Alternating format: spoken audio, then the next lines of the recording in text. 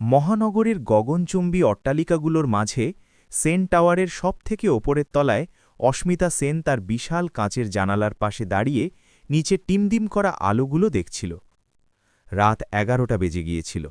বাইরে মুষলধারে বৃষ্টি হচ্ছিল, যা শহরের সমস্ত শব্দকে নিজের ফোঁটার নিরন্তর প্রহারে চেপে দেওয়ার চেষ্টা করছিল।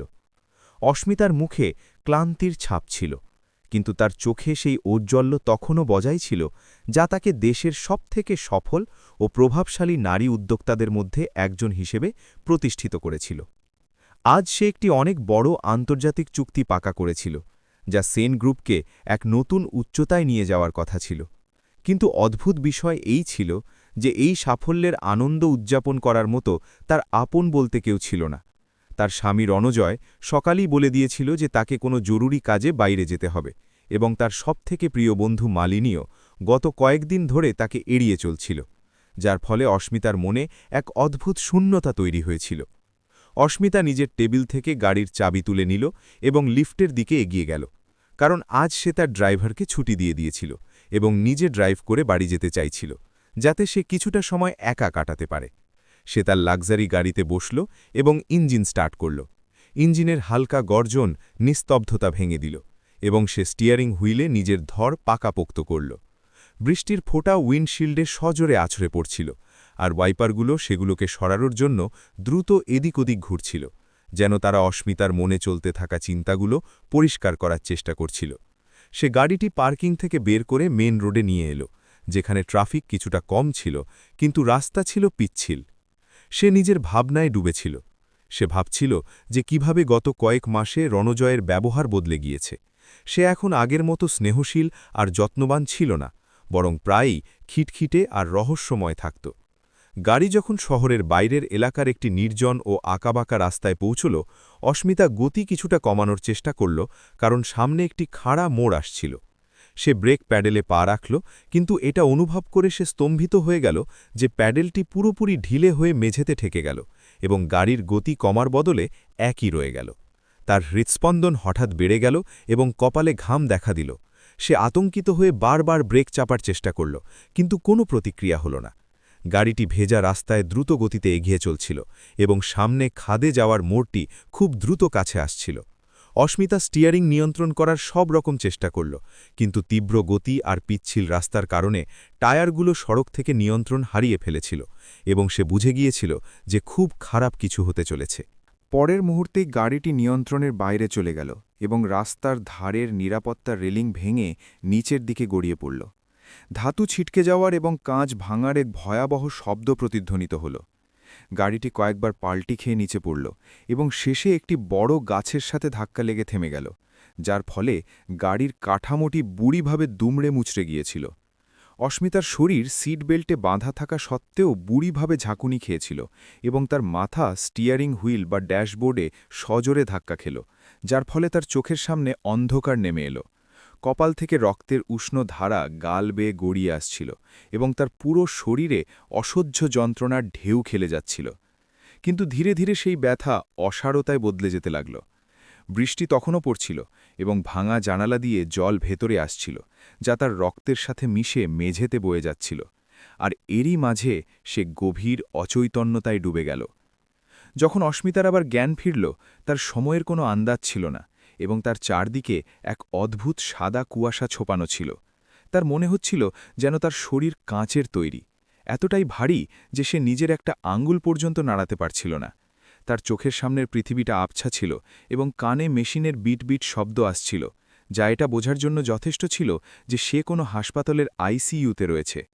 সে নিজের চোখ দুটো পুরোপুরি খুলতে চাইছিল এবং সাহায্যের জন্য চিৎকার করতে চাইছিল, কিন্তু তার গলা পুরোপুরি শুকিয়ে গিয়েছিল এবং ঠোঁট দুটো নড়তে অস্বীকার করছিল।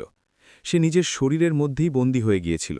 তার মস্তিষ্ক জেগেছিল ঠিকই, কিন্তু শরীর কোনো আদেশ পালন করছিল না, আর এই অনুভূতি মৃত্যুর চেয়েও অনেক বেশি ভয়ানক ছিল। ঠিক তখনই সে ঘরে কারো পায়ের আওয়াজ শুনতে পেল এবং পরিচিত কণ্ঠস্বর তার কানে প্রবেশ করল। এতে তার চেতনা আরও বেশি সতর্ক হয়ে গেল। এটা রণজয়ের গলা ছিল, কিন্তু সেই গলায় কোনো চিন্তা বা দুঃখ ছিল না, যা একজন স্বামীর নিজের স্ত্রীর আশঙ্কাজনক অবস্থা দেখে হওয়ার কথা ছিল, বরং তাতে এক অদ্ভুত স্বস্তি ও নিষ্ঠুরতা ছিল। রণজয় কাউকে বলছিল যে ডাক্তার বলেছে বাঁচার আশা খুব কম এবং যদি সে বেঁচেও যায় তবে হয়তো কোনোদিন বিছানা থেকে উঠতে পারবে না। এরপর এক মহিলার কণ্ঠস্বর শোনা গেল, যাকে চিনতে অস্মিতার এক মুহূর্তও সময় লাগল না। সে ছিল মালিনী, তার সবথেকে প্রিয় বন্ধু ও বিশ্বাসভাজন। মালিনীর গলায় সহানুভূতির বদলে এক ষড়যন্ত্রমূলক ফিসফিসানি ছিল এবং সে রণজয়কে জিজ্ঞেস করছিল যে মেকানিক নিজের কাজ ঠিকমতো করেছিল কিনা, কারণ যদি পুলিশ তদন্ত করে তবে কোনো প্রমাণ পাওয়া উচিত নয়। অস্মিতার ভেতরে যেন এক আগ্নেয়গিরি ফেটে পড়ল। তার মন অবিশ্বাস আর ক্রোধে ভরে উঠল, কারণ যে দুজন মানুষের ওপর সে সবথেকে বেশি ভরসা করেছিল তারাই তার প্রাণ নেওয়ার ষড়যন্ত্র করছিল। সে চিৎকার করে তাদের অভিযুক্ত করতে চাইছিল, তাদের বলতে চাইছিল যে সে তাদের সব কথা শুনতে পাচ্ছে, কিন্তু তার শরীর তার ইচ্ছাশক্তির বিরুদ্ধে পাথরের মতো অনড় রইল। সে শুনল যে রণজয় হাসতে হাসতে বলছিল যে এখন সেন এম্পায়ার পুরোপুরি তার হবে এবং তাকে আর অস্মিতার অহংকার বা কাজের প্রতি জেদ সহ্য করতে হবে না। মালিনীও তাকে সমর্থন করল এবং বলল যে তারা দুজনে মিলে কোম্পানি বিক্রি করে দেবে আর টাকা নিয়ে বিদেশে সেটেল হয়ে যাবে, যেখানে অস্মিতার ছায়াও তাদের স্পর্শ করতে পারবে না। এই বিশ্বাসঘাতকতা এতটাই গভীর ও যন্ত্রণাদায়ক ছিল যে অস্মিতার শারীরিক চোটের ব্যথাও এর সামনে ফিকে মনে হচ্ছিল। ডাক্তার আসার শব্দ শুনে রণজয় আর মালিনী সাথে সাথে নিজেদের কথার বিষয় বদলে ফেলল এবং মিথ্যে চোখের জল আর কান্নার নাটক শুরু করল। ডাক্তার অস্মিতার চোখের মণি পরীক্ষা করলেন এবং তার হাত পায়ে সংবেদন দেখার জন্য সূচ ফোটালেন, কিন্তু অস্মিতা সবকিছু অনুভব করা সত্ত্বেও এক অলৌকিক ইচ্ছাশক্তির জোরে নিজেকে প্রতিক্রিয়া দেওয়া থেকে আটকে রাখল। সে বুঝে গিয়েছিল যে যদি সে এখন নিজের চেতনার কোনো সংকেত দেয় তবে রণজয় আর মালিনী হাসপাতালের রুমেই তাকে শেষ করে দেবে। তাকে বেঁচে থাকার জন্য এবং এই অপমান ও বিশ্বাসঘাতকতার প্রতিশোধ নেওয়ার জন্য একটি মৃতদেহের মতো ব্যবহার করতে হবে। সে নিজের শ্বাসপ্রশ্বাস নিয়ন্ত্রণ করল এবং নিজের দৃষ্টি শূন্যে স্থির করে রাখল, যেন তার মস্তিষ্ক পুরোপুরি অকেজো হয়ে গিয়েছে। ডাক্তার দীর্ঘশ্বাস ফেলে রণজয়ের দিকে তাকালেন এবং গম্ভীর স্বরে বললেন যে অস্মিতার লকড-ইন সিন্ড্রোম বা গুরুতর পক্ষাঘাত হয়ে থাকতে পারে, যেখানে রোগী হয়তো কিছু অনুভব করতে পারে না এবং কোমায় থাকার মতো অবস্থায় থাকে। এটা শুনে রণজয় সজোরে কান্নার নাটক করল, হে ভগবান, আমার স্ত্রীর সাথেই কেন এমন হল? কিন্তু অস্মিতা, যে নিজের বন্ধ চোখের আড়ালে স্থির দৃষ্টিতে সব দেখছিল, সে জানত যে রণজয়ের ভেতরে খুশির জোয়ার বইছে। ডাক্তার এটাও জানালেন যে এখন অস্মিতার দীর্ঘদিনের পরিচর্যা প্রয়োজন হবে এবং হয়তো সে কোনোদিন কথা বলতে বা হাঁটতে পারবে না। এই নির্ণয় রণজয় আর মালিনীর কাছে আশীর্বাদের মতো ছিল, কারণ এখন তারা অস্মিতার নামে তার সমস্ত সম্পত্তি ব্যবহার করতে পারত এবং তাকে একটি জ্যান্ত লাশের মতো এক কোণে ফেলে রাখতে পারত। ডাক্তার আর নার্স ঘর থেকে বেরিয়ে যেতেই ঘরের পরিবেশ আবার বদলে গেল। রণজয় অস্মিতার বিছানার কাছে ঝুঁকে এলো। সে অস্মিতার প্রাণহীন মুখের দিকে তাকালো এবং তার কানে ধীরে ধীরে ফিসফিস করে বলল যে তুমি সব সময় নিজেকে খুব চালাক মনে করতে, কিন্তু দেখো আজ তুমি কোথায়। সে অস্মিতার গালে এমনভাবে চড় মারার ভঙ্গিতে হাত বোলাল যা ভালোবাসা নয় বরং অপমানজনক ছিল। রণজয় বলল যে এখন যেন সে এখানেই পড়ে থাকে এবং দেখে তার সাম্রাজ্য নিয়ে রণজয় কি করে। মালিনীও কাছে এসে অস্মিতার হাত থেকে তার দামি হীরের আংটি খোলার চেষ্টা করল এবং বলল যে এখন এসবের আর কি দরকার, এগুলো তার হাতেই বেশি মানাবে। অস্মিতার ভেতরে ক্রোধের আগুন জ্বলছিল, কিন্তু সে নিজের চোখের একটি মণিও নাড়াল না।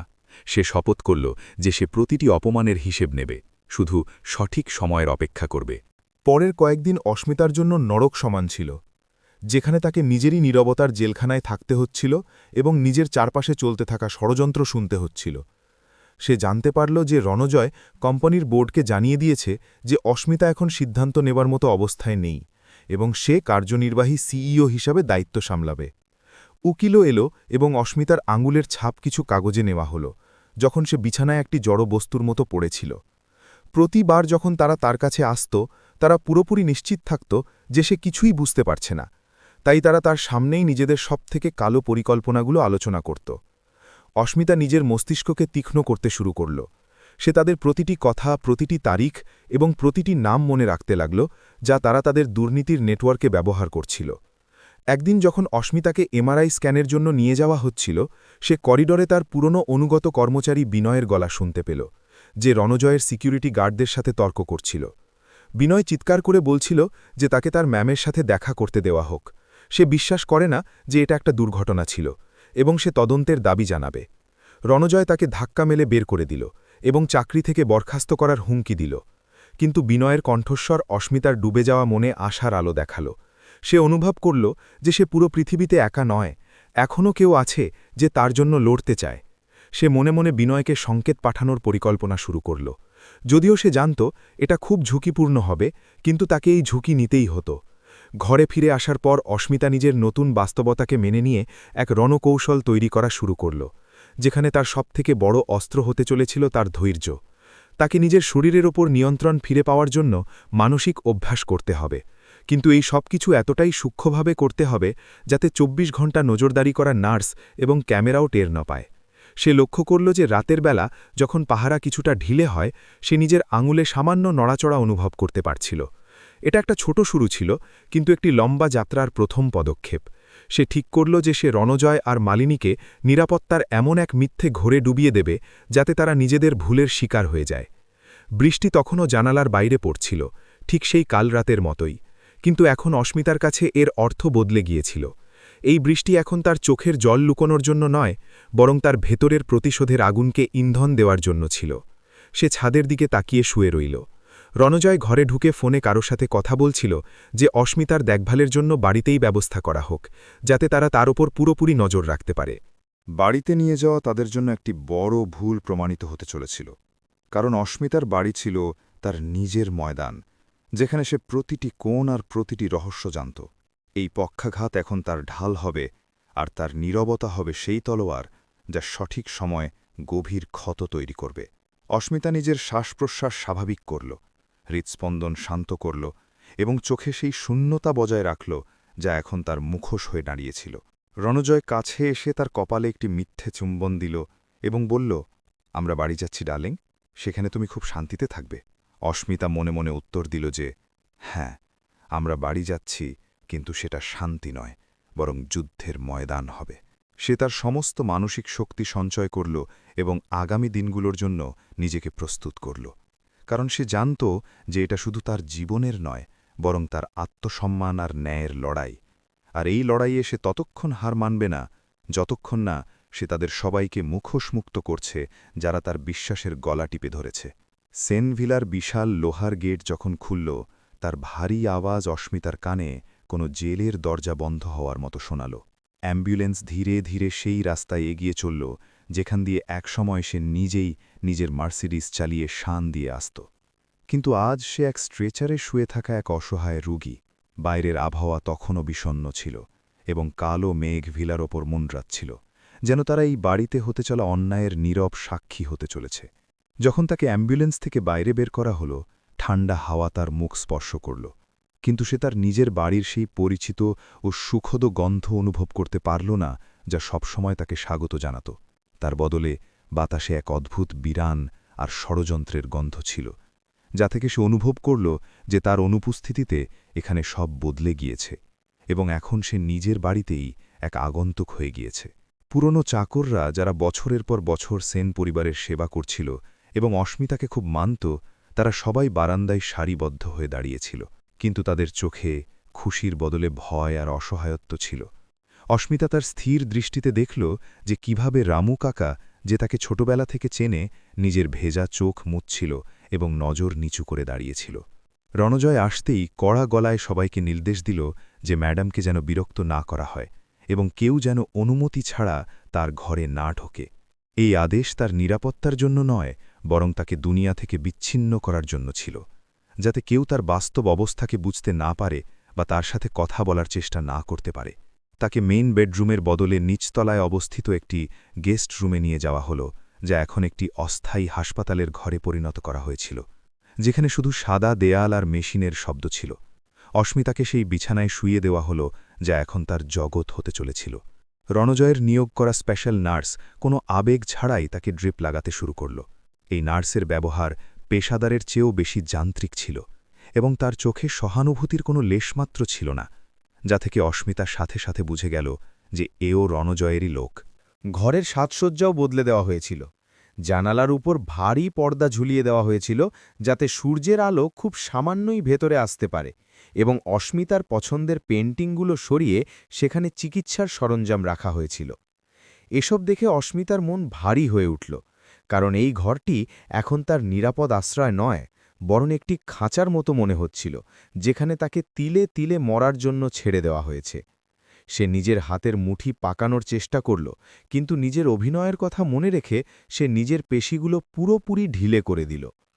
সন্ধ্যা নামতেই ভিলার পরিবেশ আরও রহস্যময় হয়ে উঠল এবং নিস্তব্ধতা চিরে রণজয় ও মালিনীর হাসির আওয়াজ প্রতিধ্বনিত হতে লাগল। তারা দুজনে ঘরের দরজায় দাঁড়িয়ে অস্মিতাকে দেখছিল। তাদের হাতে ওয়াইনের গ্লাস ছিল এবং তারা নিজেদের জয় উদযাপন করছিল। রণজয় এক চুমুক দিয়ে বলল যে অবশেষে আপদ বিদায় হল এবং এখন সে কোনো বাধা ছাড়াই নিজের জীবন কাটাতে পারে। মালিনী নিজের স্যান্ডেলের খটখট আওয়াজ তুলে ঘরে ঢুকল এবং অস্মিতার বিছানার চারপাশে এমনভাবে ঘুরতে লাগল যেন কোনো শিকারী নিজের শিকারকে পর্যবেক্ষণ করছে। সে অস্মিতার মুখের কাছে ঝুঁকে দেখল এবং ব্যঙ্গাত্মক হাসি দিয়ে বলল, বেচারি অনু, এখন তুমি শুধু দেখতে থাকো আমরা তোমার দুনিয়াটাকে কিভাবে চালাই। অস্মিতার ভেতরের রাগের লাভা ফুটছিল, কিন্তু তার মুখের পেশি পাথরের মতো স্থির থাকল। সে নিজের পলক পর্যন্ত ফেলল না। রণজয় সোফায় বসে নিজের ল্যাপটপ খুলল এবং কোম্পানির বিষয়গুলো নিয়ে আলোচনা শুরু করল, এটা জেনেও যে অস্মিতা সব শুনতে পাচ্ছে কিন্তু কিছু করতে পারবে না। সে অট্টহাসি হেসে মালিনীকে জানাল যে সে আজ বোর্ড মিটিংয়ে বিনয়কে কিভাবে অপমান করেছে এবং তাকে চুপ করিয়ে দিয়েছে যখন সে অস্মিতার প্রজেক্টগুলো নিয়ে প্রশ্ন তুলেছিল। সে গর্ব করে বলল যে সে শীঘ্রই কোম্পানির সবথেকে পুরনো টেক্সটাইল ইউনিট বন্ধ করে দিয়ে সেই জমি একটি বড় বিল্ডারকে বিক্রি করতে চলেছে, যা থেকে তাদের কোটি কোটি টাকার ব্যক্তিগত মুনাফা হবে। এটা সেই ইউনিট ছিল যা অস্মিতা তার বাবার স্মৃতিতে শুরু করেছিল এবং যা থেকে হাজার হাজার শ্রমিকের সংসার চলত। অস্মিতার জন্য এটা শোনা শারীরিক যন্ত্রণার চেয়েও ভয়াবহ ছিল, কারণ তার চোখের সামনে তার স্বপ্ন আর আদর্শগুলোকে পিষে দেওয়া হচ্ছিল এবং সে চিৎকার করে এর প্রতিবাদও করতে পারছিল না। মালিনী নিজের ওয়াইন শেষ করে অস্মিতার আলমারির দিকে এগিয়ে গেল, যেখানে অস্মিতার সবথেকে দামি আর প্রিয় পোশাকগুলো রাখা ছিল। সে একে একে পোশাকগুলো বের করল এবং সেগুলো নিজের শরীরের সাথে মিলিয়ে আয়নায় দেখতে লাগল। সে বলল যে এই রঙগুলো এখন আমার উপর বেশি ভালো মানাবে। সে অস্মিতার বিয়ের শাড়িটিও বাইরে বের করল এবং সেটি অবহেলার সাথে মেঝেতে ফেলে দিল, যা দেখে অস্মিতার মনে এক গভীর যন্ত্রণা অনুভূত হল। মালিনীর এই ব্যবহার শুধু লোভ ছিল না, বরং এটা অস্মিতার অস্তিত্বকে মুছে ফেলার এবং তার জায়গা নেওয়ার এক অসুস্থ মানসিকতাকে প্রতিফলিত করছিল। রণজয় মালিনীকে আটকানোর বদলে তার প্রশংসা করল এবং বলল, তুমি যা চাও নিতে পারো, এখন এই সব কিছুর মালকিন তুমি। পরের কয়েকদিন অস্মিতার জন্য এক কঠিন পরীক্ষা হয়ে দাঁড়াল, যেখানে তাকে প্রতিটি মুহূর্তে নিজের মানসিক ও শারীরিক সহ্যশক্তির সীমানা পার করতে হচ্ছিল। তাকে সারা দিন একই ভঙ্গিতে শুয়ে থাকতে হতো, যার ফলে তার পিঠে ও অঙ্গে অসহ্য যন্ত্রণা আর আড়ষ্টতা শুরু হয়েছিল, কিন্তু সে পাশ ফেরার জন্য কাউকে বলতেও পারছিল না। কখনো কখনো তার নাকে চুলকানি হতো বা পায়ে কোনো পোকা হাঁটার অনুভূতি হতো, কিন্তু তাকে নিজের ইচ্ছাশক্তি ব্যবহার করে সেই অনুভূতিগুলোকে অবহেলা করতে হতো। এটা ছিল এক ধরনের কঠোর তপস্যা, যাদের সামান্যতম ভুলও তার প্রাণ নিতে পারত। সে নিজের চোখের কোণ দিয়ে ঘরের প্রতিটি গতিবিধি নোট করত এবং নিজের মাথায় একটি সময় সারণী তৈরি করত, যে কখন নার্স বাইরে যায় আর কখন রণজয় বাড়িতে থাকে। সে নিজের কানকে এতটাই সংবেদনশীল করে তুলেছিল যে সে দূরের ফিসফিসানিও বুঝতে পারত। এক দুপুরে যখন নার্স লাঞ্চের জন্য বাইরে গিয়েছিল এবং রণজয় অফিসে ছিল, মালিনী নিজের কয়েকজন বান্ধবীকে দিয়ে ভিলায় চলে এলো। তারা সবাই অস্মিতার ঘরেই বসে চা খেতে খেতে আড্ডা দিতে লাগল, যেন অস্মিতা সেখানে নেই বা সে কোনো আসবাবপত্রের টুকরো। মালিনী তার বান্ধবীদের জানালো যে অস্মিতা কোমায় আছে এবং সে কিছুই বুঝতে পারে না, তাই তারা তার সম্পর্কে আপত্তিকর কথা বলতে লাগল।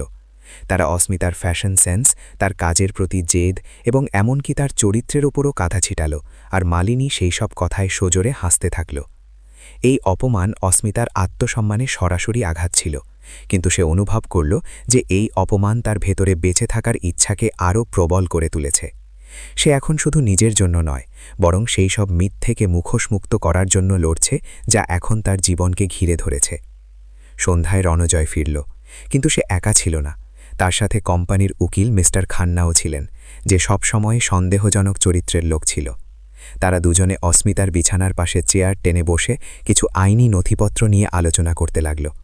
খান্না পরামর্শ দিলেন যে তারা যেন অস্মিতাকে মানসিকভাবে অক্ষম ঘোষণা করিয়ে দেয়, যাতে তার সমস্ত ব্যক্তিগত সম্পত্তি আর ব্যাংক অ্যাকাউন্ট রণজয়ের নিয়ন্ত্রণে চলে আসে। রণজয় উৎসুক হয়ে জিজ্ঞেস করল যে এতে কত সময় লাগবে, কারণ তাকে জুয়োর কিছু পুরনো দেনা মেটাতে হবে এবং তার নগদ টাকার খুব দরকার। অস্মিতা শুনল যে তারা ডাক্তারকে ঘুষ দিয়ে মিথ্যে মেডিকেল রিপোর্ট বানানোর পরিকল্পনা করছে। এই তথ্য অস্মিতার জন্য খুব গুরুত্বপূর্ণ ছিল, কারণ এখন সে জানত যে তার হাতে সময় খুব কম এবং তাকে শীঘ্রই কোনো শক্তি পদক্ষেপ নিতে হবে। রাতের বেলা যখন পুরো বাড়ি ঘুমিয়ে যেত এবং নিস্তব্ধতা ছড়িয়ে পড়ত, তখন অস্মিতার আসল লড়াই শুরু হতো। সে অন্ধকারে নিজের হাত ও পায়ের আঙুল নাড়ানোর চেষ্টা করত, যাতে তার পেশিগুলো পুরোপুরি অকেজো না হয়ে যায়। এটা ছিল অত্যন্ত যন্ত্রণাদায়ক প্রক্রিয়া, কারণ কয়েক সপ্তাহের নিষ্ক্রিয়তার কারণে তার শরীর সাড়া দেওয়া বন্ধ করে দিয়েছিল।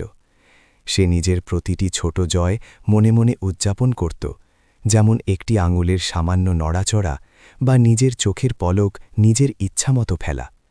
সে নিজের শ্বাসপ্রশ্বাস নিয়ন্ত্রণ করার অভ্যেসও শুরু করল, যাতে সে প্রয়োজন পড়লে নিজের হৃৎস্পন্দন কমিয়ে দিতে পারে এবং গভীর ঘুমের নাটক করতে পারে।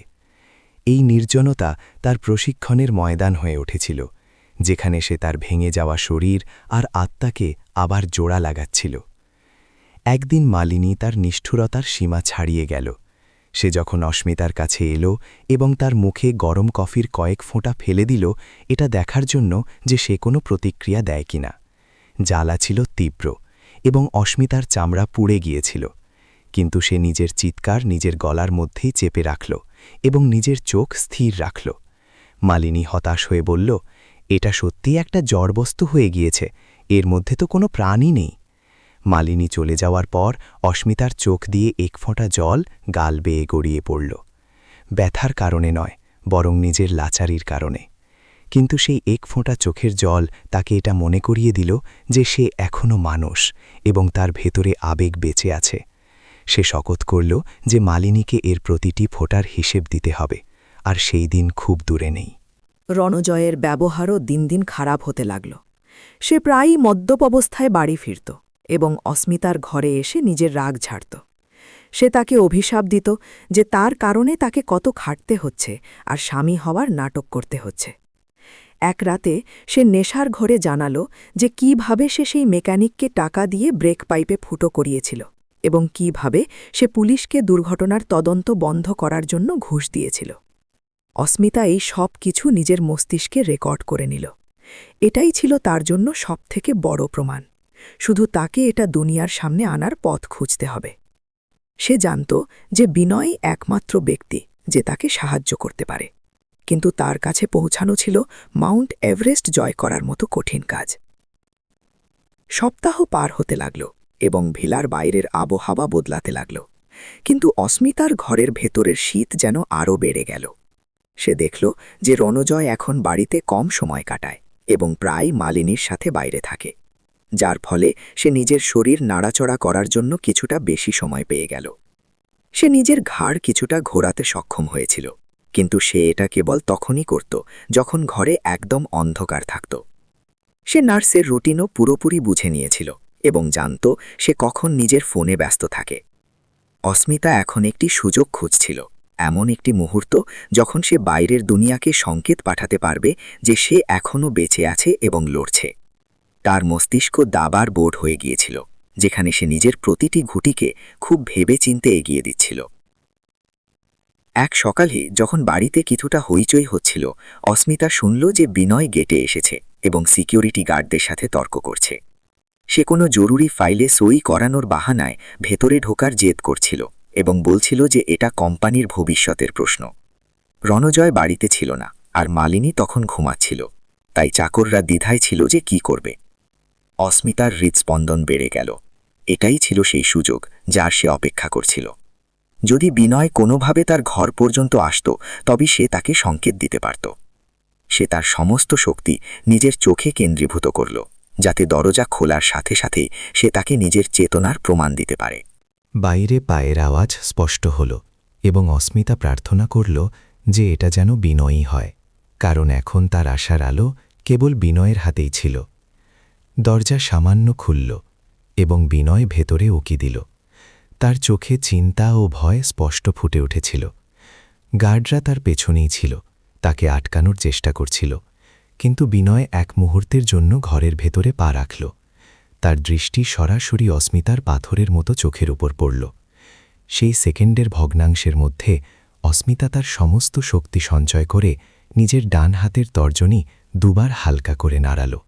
এটা এতটাই সূক্ষ্ম নড়াচড়া ছিল যে হয়তো অন্য কেউ খেয়াল করত না, কিন্তু বিনয়, যে তার ম্যামকে খুব কাছ থেকে জানত, তার চোখ বড় বড় হয়ে গেল।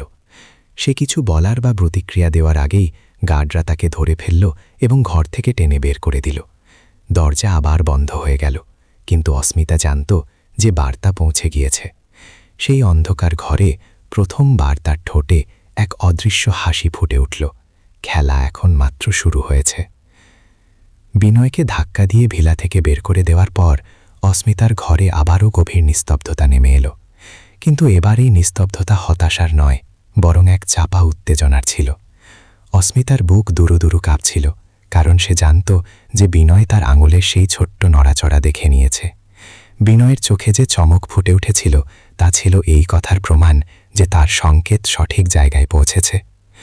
অস্মিতা অনুভব করছিল যে সেই এই লড়াইয়ে একা নয়। যদিও রণজয়ের সিকিউরিটি গার্ডরা বিনয়কে খুব অভদ্রভাবে বাইরে বের করে দিয়েছিল এবং তাকে পুনরায় সেখানে না আসার হুমকি দিয়েছিল, কিন্তু অস্মিতার তার সবথেকে বিশ্বস্ত কর্মচারীর জেদ আর আনুগত্যের উপর পুরো ভরসা ছিল।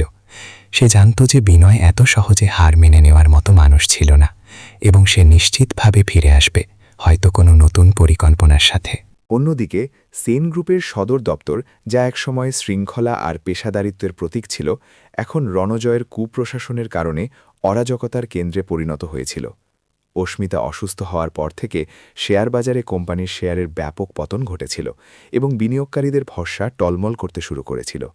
রণজয়, যার ব্যবসার খুঁটিনাটি সম্পর্কে কোনো জ্ঞান ছিল না, সে কেবল নিজের ক্ষমতা প্রদর্শন আর অহংকার মেটাতে ব্যস্ত ছিল। সে এসেই সেই সব অভিজ্ঞ পরিচালক আর উপদেষ্টাদের চাকরি থেকে বের করে দিয়েছিল যারা অস্মিতার অনুগত ছিল এবং যারা তার ভুল সিদ্ধান্তের ওপর প্রশ্ন তোলার সাহস রাখত। তাদের জায়গায় সে নিজের চাটুকার বন্ধু আর অনভিজ্ঞ লোকদের উচ্চ পদে বসিয়ে দিয়েছিল, যাদের একমাত্র উদ্দেশ্য ছিল রণজয়ের কথায় সায় দেওয়া আর কোম্পানির সম্পদ নিজেদের স্বার্থে ব্যবহার করা। অস্মিতার স্বপ্নের প্রজেক্ট, যা সে গ্রামীণ মহিলাদের কর্মসংস্থানের জন্য শুরু করতে চেয়েছিল, রণজয় সেটা এই বলে বন্ধ করে দিল যে এটা লোকসানের ব্যবসা। সে বোর্ড মিটিংয়ে ফাইলটি টেবিলের উপর আছাড় মেরে ঘোষণা করল যে এখন থেকে কোম্পানি কেবল সেই প্রজেক্টগুলোতে নজর দেবে যেখান থেকে দ্রুত নগদ মুনাফা আসবে, সেটা নৈতিক হোক বা অনৈতিক। এই খবর যখন সংবাদ চ্যানেলে এলো, অস্মিতার ঘরে চলতে থাকা টিভিতে সেসব শুনল এবং তার রক্ত টকবক করে ফুটে উঠল। ওই প্রজেক্টটি তার হৃদয়ের খুব কাছের ছিল এবং সেটি বন্ধ করা কেবল একটি ব্যবসায়িক ভুল নয়, বরং সেই হাজার হাজার মহিলার সাথে বিশ্বাসঘাতকতার সমান ছিল যারা সেন গ্রুপের ওপর ভরসা করেছিল। রণজয় আর মালিনী সন্ধ্যায় বাড়ি এলো এবং মদ্যপ অবস্থায় এই সাশ্রয় উদযাপন করতে লাগল, এটা বলতে বলতে যে অস্মিতা সবসময়ই খুব আবেগপ্রবণ আর অবাস্তববাদী ছিল। ইতোমধ্যে বিনয় শহরের একটি ছোট ক্যাফেতে বসেছিল। তার সামনের কফির কাপ ঠান্ডা হয়ে গিয়েছিল এবং সে গভীর চিন্তায় মগ্ন ছিল।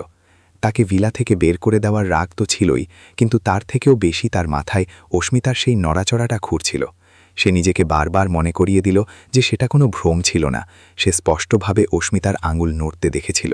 যার অর্থ ছিল সে কোমায় নেই, বরং লকড-ইন অবস্থায় আছে আর সবকিছু বুঝতে পারছে। বিনয় অনুভব করল যে অস্মিতার প্রাণ বিপন্ন এবং রণজয় ও মালিনী তাকে ধীরে ধীরে মেরে ফেলার ষড়যন্ত্র করছে। সে জানত পুলিশের কাছে গিয়ে কোনো লাভ হবে না, কারণ রণজয় টাকা দিয়ে সবকিছু ম্যানেজ করে রেখেছে। তাই তাকে নিজেকেই তথ্য প্রমাণ জোগাড় করতে হবে এবং অস্মিতার সাথে যোগাযোগ স্থাপন করতে হবে। বিনয় একটি ঝুঁকিপূর্ণ পরিকল্পনা তৈরি করল, যার জন্য তার ভিলার ভেতরের একজন মানুষের সাহায্যের প্রয়োজন ছিল। তখনই তার মনে পড়ল রামু কাকার কথা, যে বাড়ির সবথেকে পুরনো চাকর ছিল এবং অস্মিতাকে নিজের মেয়ের মতো মনে করত। সে রাতের অন্ধকারে রামু কাকার সাথে যোগাযোগ করল, যখন তিনি সবজি কিনতে বাজারে এসেছিলেন। রামু কাকা প্রথমে ভয় পেয়ে গিয়েছিলেন, কিন্তু যখন বিনয় তাকে জানালো যে অস্মিতার প্রাণ বিপন্ন এবং সে হয়তো সুস্থ হতে পারে, তখন তার চোখে জল চলে এলো। তিনি বিনয়কে সাহায্য করার কথা দিলেন এবং জানালেন যে নার্স রাতে প্রায়ই ডিউটি ছেড়ে ঘুমিয়ে পড়ে বা ফোনে কথা বলতে বাইরে চলে যায়। বিনয় তাকে একটি ছোট ওয়্যারলেস মাইক্রোফোন আর ইয়ারপিস দিল, যা দেখতে বোতামের মতো ছিল, এবং সেটি অস্মিতার বিছানার নিচে বা বালিশের কাছে লুকিয়ে রাখতে বলল। পরের রাতে আবহাওয়া খুব খারাপ ছিল এবং তীব্র ঝড় বইছিল, যা বিনয়ের পরিকল্পনার জন্য একদম সঠিক পরিবেশ তৈরি করে দিয়েছিল। রামু কাকা চতুরতার সাথে ইলেকট্রিক ফিউজে কারচুপি করে দিলেন, যার ফলে পুরো ভিলার বিদ্যুৎ চলে গেল এবং অন্ধকার হয়ে গেল। জেনারেটর চালু হতে কয়েক মিনিট সময় লাগার কথা ছিল, এবং এরই সুযোগ নিয়ে বিনয়, যে পেছনের দেয়াল টপকে ভেতরে চলে এসেছিল, চাকরদের রাস্তা দিয়ে অস্মিতার ঘরে প্রবেশ করল। তার হাতে সময় খুব কম ছিল। অন্ধকারে সে অস্মিতার বিছানার কাছে পৌঁছাল এবং নিজের ফোনের টর্চের খুব মৃদু আলো জ্বালাল। সে দেখল অস্মিতার চোখ খোলা ছিল এবং সে দরজার দিকেই তাকিয়েছিল, যেন সে জানত বিনয় আসবে। বিনয় অস্মিতার হাত নিজের হাতে নিল এবং তার গলা আবেগে বুঝে এলো। ম্যাম, আমি জানি আপনি আমাকে শুনতে পাচ্ছেন। আমি সেদিন আপনার আঙুল নড়তে দেখেছিলাম। অস্মিতা তার দিকে তাকিয়ে নিজের পলক দুবার ফেলল, যা তাদের পূর্বনির্ধারিত ভাষায় হ্যাঁয়ের সংকেত ছিল। বিনয়ের মনে হল যেন তার কাঁধ থেকে কয়েক টন ওজন নেমে গেল। সে দ্রুত সেই ছোট যোগাযোগ যন্ত্রটি তার বালিশের নিচে তোষকের ভেতরে লুকিয়ে ফেলল। সে ফিসফিস করে বলল, এই ডিভাইসটি খুব শক্তিশালী ম্যাম। এর মাধ্যমে আমি বাইরে থেকে আপনার কথা শুনতে পারব এবং আপনাকে তথ্য দিতে পারব। আপনাকে এখন আর একা লড়তে হবে না, আমি আপনার কণ্ঠস্বর হব। অস্মিতার চোখ দিয়ে জল গড়িয়ে পড়ল, যা সপ্তাহের পর সপ্তাহ একা থাকার আর ভয়ের পর স্বস্তির চোখের জল ছিল। ঠিক তখনই বাইরে জেনারেটর চলার আওয়াজ পাওয়া গেল এবং আলো ফিরে এলো। বিনয়কে সাথে সাথে সেখান থেকে বের হতে হলো। সে যে পথে এসেছিল সেই পথেই বেরিয়ে গেল এবং কেউ তার কোনো চিহ্ন পেল না। নার্স যখন ঘরে ফিরে এলো, সে দেখল অস্মিতা আগের মতোই শান্ত হয়ে শুয়ে আছে, কিন্তু সে এটা জানত না যে এখন এই ঘরের প্রতিটি শব্দ রেকর্ড হচ্ছে। বিনয় ভিলার কাছেই নিজের গাড়িতে বসে ল্যাপটপে রিসিভার সেট করল আর হেডফোন লাগিয়ে নিল। অস্মিতার ঘরের আওয়াজ শুনতে পেতেই তার মনে হল সে যুদ্ধের প্রথম ধাপে জিতে গিয়েছে। এখন সে রণজয় আর মালিনীর প্রতিটি ষড়যন্ত্র শুনতে পারত এবং তাদের বিরুদ্ধে প্রমাণ জোগাড় করতে পারত। পরের কয়েকদিনে সেন ভিলার ভেতরের সত্য বিনয়ের সামনে আসতে শুরু করল, এবং যা সে শুনল তা তার কল্পনার থেকেও অনেক বেশি ভয়াবহ ছিল। সে রেকর্ড করল কিভাবে রণজয় উকিলদের সাথে মিলে কোম্পানির ফান্ড বিদেশের অ্যাকাউন্টে ট্রান্সফার করার পরিকল্পনা করছে। সে মালিনীকে ডাক্তারের সাথে কথা বলতে শুনল, যেখানে সে জিজ্ঞেস করছিল এমন কোনো ওষুধ আছে কিনা যাতে অস্মিতার মৃত্যু ন্যাচারাল হার্ট অ্যাটাকের মতো মনে হয়। এটা শুনে বিনয়ের গায়ে লোম খাড়া হয়ে গেল, কিন্তু সে ধৈর্য বজায় রাখল, কারণ তার অকাট্য প্রমাণ দরকার ছিল যাতে তারা আইনি পথে বেঁচে ফিরতে না পারে। সে এই সমস্ত তথ্য একটি সুরক্ষিত ক্লাউড সার্ভারে আপলোড করতে শুরু করল, যাতে তার যদি কিছু হয়েও যায় তবুও প্রমাণগুলো যেন সুরক্ষিত থাকে। অস্মিতার জন্যেও এই পরিবর্তন খুব গুরুত্বপূর্ণ প্রমাণিত হল, কারণ এখন সে জানত যে বিনয় তার প্রতিটি শ্বাস-প্রশ্বাস শুনছে। যখন ঘরে কেউ থাকত না, তখন বিনয় তাকে ইয়ারপিসের মাধ্যমে দুনিয়ার খবর শোনাত, তাকে কোম্পানির অবস্থা বলত আর তাকে সাহস যোগাত। এই একতরফা কথোপকথন অস্মিতার জন্য জীবনী শক্তি হয়ে দাঁড়িয়েছিল, যা তাকে মানসিকভাবে ভেঙে যাওয়া থেকে বাঁচিয়েছিল। বিনয় তাকে জানালো যে সে কিছু পুরনো অনুগত কর্মচারী আর একজন সৎ পুলিশ অফিসারের সাথে যোগাযোগ করেছে, যারা সঠিক সময় এলে তাদের সাহায্য করবে। অস্মিতা নিজের শারীরিক ব্যায়ামের দিকে আরও বেশি নজর দিতে শুরু করল। সে এখন নিজের আঙুলের পাশাপাশি পায়ের পাতাও কিছুটা নাড়াতে পারছিল। রণজয়ের অবহেলা এখন তার জন্য বিপদ হয়ে দাঁড়াচ্ছিল, কারণ কোম্পানির শেয়ার হোল্ডাররা এখন প্রকাশ্যে বিরোধিতা করতে শুরু করেছিল। একটি বার্ষিক সাধারণ সভা বা এজিএমের ঘোষণা করা হল, যেখানে রণজয়কে কোম্পানির পড়তি পারফরমেন্সের জবাব দিতে হবে।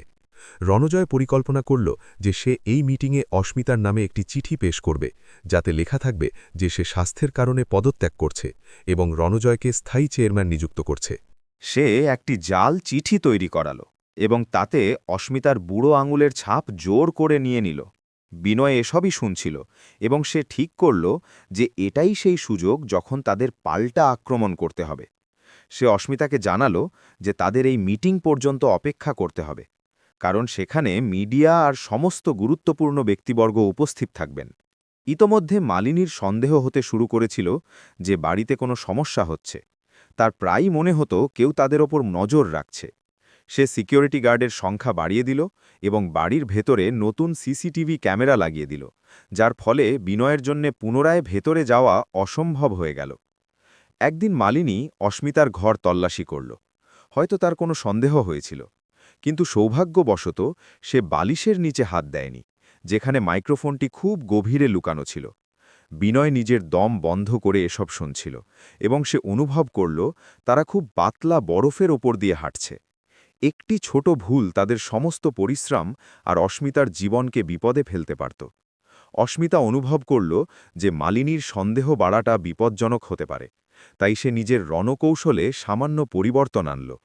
যখন মালিনী ঘরে থাকত, অস্মিতা নিজের শ্বাস-প্রশ্বাস কিছুটা অনিয়মিত করে নিত এবং মেশিনে নিজের হার্ট রেট বাড়ানোর চেষ্টা করত, যাতে মনে হয় তার শরীর খারাপ হচ্ছে। এতে মালিনীর মন অন্যদিকে ঘুরে যেত এবং সে ভাবত অস্মিতা শীঘ্রই মারা যাবে, যার ফলে তার সন্দেহ কমে যেত। এটা একটা বিপজ্জনক খেলা ছিল, কিন্তু অস্মিতার কাছে এছাড়া কোনো বিকল্প ছিল না। সে নিজের অসুস্থতাকে নিজের অস্ত্র বানিয়ে নিয়েছিল, এবং সে তার শত্রুদের সেই ভ্রমেই রাখতে চেয়েছিল যা তারা দেখতে চায়। এক সন্ধ্যায় বিনয় অস্মিতাকে একটি খুব গুরুত্বপূর্ণ খবর শোনাল। সে জানালো যে রণজয় একটি অনেক বড় অবৈধ চুক্তিতে সই করতে চলেছে, যেখানে সে কোম্পানির প্রধান জমি বাজার দরের অর্ধেক দামে মাফিয়ার সাথে যুক্ত এক বিল্ডারকে বিক্রি করতে যাচ্ছে। এই চুক্তি কেবল অনৈতিকই ছিল না, বরং বেআইনিও ছিল। আর যদি এটা হয়ে যেত, তবে সেন গ্রুপ পুরোপুরি বরবাদ হয়ে যেত। স্বাক্ষর অনুষ্ঠান 2 দিন পর সেই পার্টিতে হওয়ার কথা ছিল, যা রণজয় নিজের সাফল্য আর অস্মিতার পদত্যাগের ঘোষণা দেওয়ার জন্য আয়োজন করেছিল। বিনয় বলল, ম্যাম, আমাদের এই পার্টিতেই সবকিছু শেষ করতে হবে। আমি প্রস্তুতি নিচ্ছি, আপনি শুধু নিজেকে তৈরি রাখুন। অস্মিতা শুয়ে শুয়ে ছাদের দিকে তাকিয়ে থাকল। তার মনে এক দৃঢ় সংকল্প জেগে উঠল। সে জানত যে এখন আর লুকিয়ে থাকার সময় নেই। তাকে সেই পার্টিতে যেতেই হবে, চাই তাকে স্ট্রেচারে করেই কেননা নিয়ে যাওয়া হোক। সে নিজের অবশিষ্ট শক্তিটুকু এক করতে শুরু করল, মনকে একাগ্র করল, আর নিজের অঙ্গপ্রত্যঙ্গদের আদেশ দিল যেন তারা তাকে ধোঁকা না দেয়। এটা কেবল একটি কোম্পানি বাঁচানোর বিষয় ছিল না, এটা তার বাবার উত্তরাধিকার আর তার নিজের অস্তিত্বের লড়াই ছিল। বাইরে বৃষ্টি আবার শুরু হয়েছিল, কিন্তু এবার এই ঝড়ো রাত একটি নতুন ভোরের সংকেত দিচ্ছিল। অস্মিতা তৈরি ছিল, আর তার অদৃশ্য সেনাপতি বিনয় বাইরে নিজের সেনা প্রস্তুত করছিল। সেনভিলার দেওয়ালের ভেতরের পরিবেশ এখন আরও বেশি বিষাক্ত হয়ে উঠেছিল, যেন বাতাসে কোনো অদৃশ্য বিষ মিশে গিয়েছে। রণজয় আর মালিনীর ধৈর্য এখন শেষ হয়ে আসছিল, কারণ অস্মিতার স্থির অবস্থা, যা আগে তাদের কাছে আশীর্বাদ ছিল, এখন তাদের জন্য একটি আইনি বাধা হয়ে দাঁড়িয়েছিল। উকিলরা স্পষ্ট করে দিয়েছিল যে যতক্ষণ অস্মিতা জীবিত আছে, সে কোমায় থাকুক না কেন, কোম্পানির পূর্ণ মালিকানা হস্তান্তর করা একটি দীর্ঘ আর জটিল প্রক্রিয়া হবে। এই আইনি মারপেছে রণজয় পাগল হয়ে গিয়েছিল, এবং সে ভিলার করিডোরে আহত পশুর মতো ঘুরে বেড়াত। নিজের বিরক্তি সে চাকরদের ওপর আর জিনিসের ওপর মেটাত। অস্মিতা নিজের বিছানায় মূর্তির মতো শুয়ে থেকেও এই বাতাসের পরিবর্তন অনুভব করতে পারছিল, এবং বুঝে গিয়েছিল যে খেলার শেষ কাছে আসছে। সে আভাস পেয়েছিল যে তার শত্রুরা এখন তাকে কেবল রাস্তা থেকে সরানো নয়, বরং তাকে পৃথিবী থেকে মিটিয়ে দেওয়ার কথা ভাবছে। এক রাতে যখন বৃষ্টি কিছুটা থেমেছে এবং নিস্তব্ধতা গভীর হয়েছে, অস্মিতা রণজয় আর মালিনীকে নিজের ঘরের বাইরে ফিসফিস করতে শুনল। মালিনীর কণ্ঠস্বর খুব ঠান্ডা আর হিসেবি ছিল। সে রণজয়কে বোঝাচ্ছিল যে এখন আর অপেক্ষা করার কোনো মানে নেই। সে পরামর্শ দিল যে তারা অস্মিতার ওষুধ বদলে দিক, বিশেষভাবে তার হার্ট রেট নিয়ন্ত্রণ করার ওষুধের ডোজ ধীরে ধীরে বাড়িয়ে দিক। এতে কয়েকদিনের মধ্যেই তার হার্ট ফেলিওর হবে, এবং যেহেতু সে আগে থেকেই বিছানায় আর দুর্বল, তাই কেউ এই মৃত্যুতে সন্দেহ করবে না। এটা একটা স্বাভাবিক মৃত্যু মনে হবে, যা তাদের সব সমস্যার সমাধান করে দেবে। এটা শুনে অস্মিতার গায়ে লোম খাড়া হয়ে গেল, কারণ সে জানত সে পুরোপুরি তাদের দয়ার উপর নির্ভর করছে, এবং তারা তাকে তার নিজের ঘরেই মারার ষড়যন্ত্র করছে। বিনয় হেডফোনের মাধ্যমে এসব শুনে ভয়ে নিজের চেয়ার থেকে লাফিয়ে উঠল। তার মুখ ঘামে ভিজে গিয়েছিল, কারণ সে জানত যদি তারা আজ রাতেই ওষুধ বদলে দেয়, তবে অস্মিতার হাতে খুব কম সময় থাকবে। সে সাথে সাথে অস্মিতার কানে লাগানো স্পিকারের মাধ্যমে যোগাযোগ করল এবং খুব নিচু কিন্তু দৃঢ় গলায় বলল, ম্যাম, আপনাকে ঘাবড়ানোর কোনো দরকার নেই, আমি কিছু না কিছু অবশ্যই করব। বিনয় জানত সে বিলার ভেতরে যেতে পারবে না, তাই সে সাথে সাথে রামু কাকাকে বার্তা পাঠানোর সিদ্ধান্ত নিল। সে একটি পুরনো পদ্ধতি অবলম্বন করল, যা সে আর রামু কাকা আগে থেকেই ঠিক করে রেখেছিলেন। সে ভিলার ল্যান্ডলাইনে 3 বার মিস কল দিল, যা রামু কাকার কাছে বিপদের সংকেত ছিল। রামু কাকা রান্নাঘরে ছিলেন। তিনি বুঝে গেলেন যে খুব খারাপ কিছু হতে চলেছে, আর তাকে সতর্ক থাকা দরকার। পরের দিন সকালে যখন নতুন নার্স, যে রণজয়ের নির্দেশ পালন করছিল, ওষুধের একটি নতুন বোতল নিয়ে ঘরে এলো, তখন উত্তেজনা তুঙ্গে ছিল। অস্মিতা নিজের চোখের কোণ দিয়ে দেখল যে বোতলের লেবেলটি আলাদা ছিল এবং সে বুঝে গেল এটাই সেই বিষ যা তাকে দেওয়া হতে চলেছে। নার্স চামচে ওষুধ নিল এবং অস্মিতার মুখের দিকে এগিয়ে এলো। অস্মিতার হৃৎপিণ্ড জোরে জোরে ধরফর করছিল। সে বুঝতে পারছিল না সে কি করবে। যদি সে মুখ না খোলে তবে তারা জোর করবে, আর যদি সে খেয়ে নেয় তবে এটাই হবে তার শেষ। ঠিক সেই সময় রামু কাকা ঘর পরিষ্কার করার বাহানায় ভেতরে ঢুকলেন। তার হাতে জলের বালতি আর মোছার কাপড় ছিল।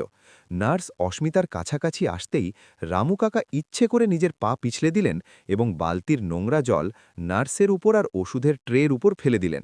নার্স চিৎকার করে উঠল এবং রাগে রামু কাকাকে গালি দিতে শুরু করল, কারণ তার ইউনিফর্ম আর ওষুধের বোতল দুটোই নষ্ট হয়ে গিয়েছিল। ওষুধ মেঝেতে পড়ে ছিটকে গিয়েছিল, আর রামু কাকা ক্ষমা চাইতে চাইতে দ্রুত পরিষ্কার করা শুরু করলেন, কিন্তু তিনি চতুরতার সাথে ওষুধের ভাঙা শিশিটি আবর্জনায় ফেলে দিলেন। রণজয় গোলমাল শুনে সেখানে চলে এলো এবং সে রামু কাকাকে চর মারার জন্য হাত তুলল, কিন্তু পরক্ষণেই নিজেকে আটকে নিয়ে তাকে বাইরে যাওয়ার আদেশ দিল। এই হাঙ্গামা অস্মিতাকে সেদিনের ডোজ থেকে বাঁচিয়ে দিয়েছিল, কিন্তু সে জানত এটা কেবল সাময়িক স্বস্তি। বিনয় তাকে জানালো যে সে রামু কাকার মাধ্যমে বাড়ির ডিসপেন্সারিতে রাখা ওষুধগুলো বদলে দেওয়ার পরিকল্পনা করেছে, যাতে পরের বার যখন তারা তাকে বিষ দেওয়ার চেষ্টা করবে তখন সেটা আসলে কেবল ভিটামিন বা কোনো ক্ষতিকর নয় এমন তরল হবে। রণজয়ের নিষ্ঠুরতা কেবল শারীরিক ছিল না, বরং এখন সে মানসিক যন্ত্রণার সীমাও ছাড়িয়ে যাচ্ছিল। সে প্রায়ই নিজের ব্যবসায়িক অংশীদারদের ভিলাইবেকে আনত, যাদের মধ্যে শহরের কিছু কুখ্যাত অপরাধী আর দুর্নীতিগ্রস্ত রাজনীতিবিদ থাকত। তারা অস্মিতার ঘরকে একটি কনফারেন্স রুমের মতো ব্যবহার করত, এটা ভেবে যে এটাই সবথেকে নিরাপদ জায়গা যেখানে কেউ তাদের কথার রেকর্ড করতে পারবে না। একদিন এক বড় বিল্ডার শেঠি সেখানে এলো এবং সে রণজয়ের সামনে নোটে ঠাসা একটি ব্যাগ রাখল। তারা দুজনেই অস্মিতার বিছানার ঠিক পাশেই বসে কালো টাকা সাদা করা আরেকটি অবৈধ নির্মাণ প্রজেক্ট সম্পর্কে আলোচনা করতে লাগল, যেখানে বস্তির হাজার হাজার মানুষকে গৃহহীন করার কথা ছিল। অস্মিতার বালিশের নিচে লুকানো মাইক্রোফোন প্রতিটি শব্দ, প্রতিটি হুমকি আর ঘুষের প্রতিটি অঙ্কের বিবরণ রেকর্ড করছিল। সেটি অস্মিতার দিকে ইশারা করে উপহাস করল যে এই পুতুলটা কি কখনো জাগেও নাকি শুধু সাজানোর জন্য আছে। রণজয় হেসে জবাব দিল যে এটা এখন কেবল একটা বুড়ো আঙুল, যেটা আমি কাগজে ছাপ দেওয়ার জন্য ব্যবহার করি। নিজের কথা প্রমাণ করার জন্য রণজয় কালির প্যাড তুলে নিল। সে অস্মিতার প্রাণহীন হাত ধরল এবং তার বুড়ো আঙুল কালিতে ডুবিয়ে বেশ কিছু খালি স্ট্যাম্প পেপারে জোর করে ছাপ নিয়ে নিল। অস্মিতার সেই স্পর্শে ঘেন্না হচ্ছিল, তার মনে হচ্ছিল যেন তার আত্মার ওপর অত্যাচার করা হচ্ছে। কিন্তু সে এই অপমানকে নিজের শক্তিতে বদলে নিল। সে মনে মনে শপথ করল যে এই আঙুলের ছাপ, যা আজ তার দুর্বলতার প্রতীক, কাল রণজয়ের মৃত্যু পরমানায় স্বাক্ষর করবে। সে নিজের শ্বাসপ্রশ্বাস নিয়ন্ত্রণে রাখল এবং চোখ দুটো পাথরের মতো স্থির করে রাখল। বিনয় সেরাতে অস্মিতাকে জানালো যে রেকর্ডিং এতটাই স্পষ্ট যে এটা কেবল রণজয়কে নয়, বরং সেই বিল্ডার আর তাদের সাথে থাকা দুর্নীতিগ্রস্ত অফিসারদেরও জেলে পাঠানোর জন্য যথেষ্ট।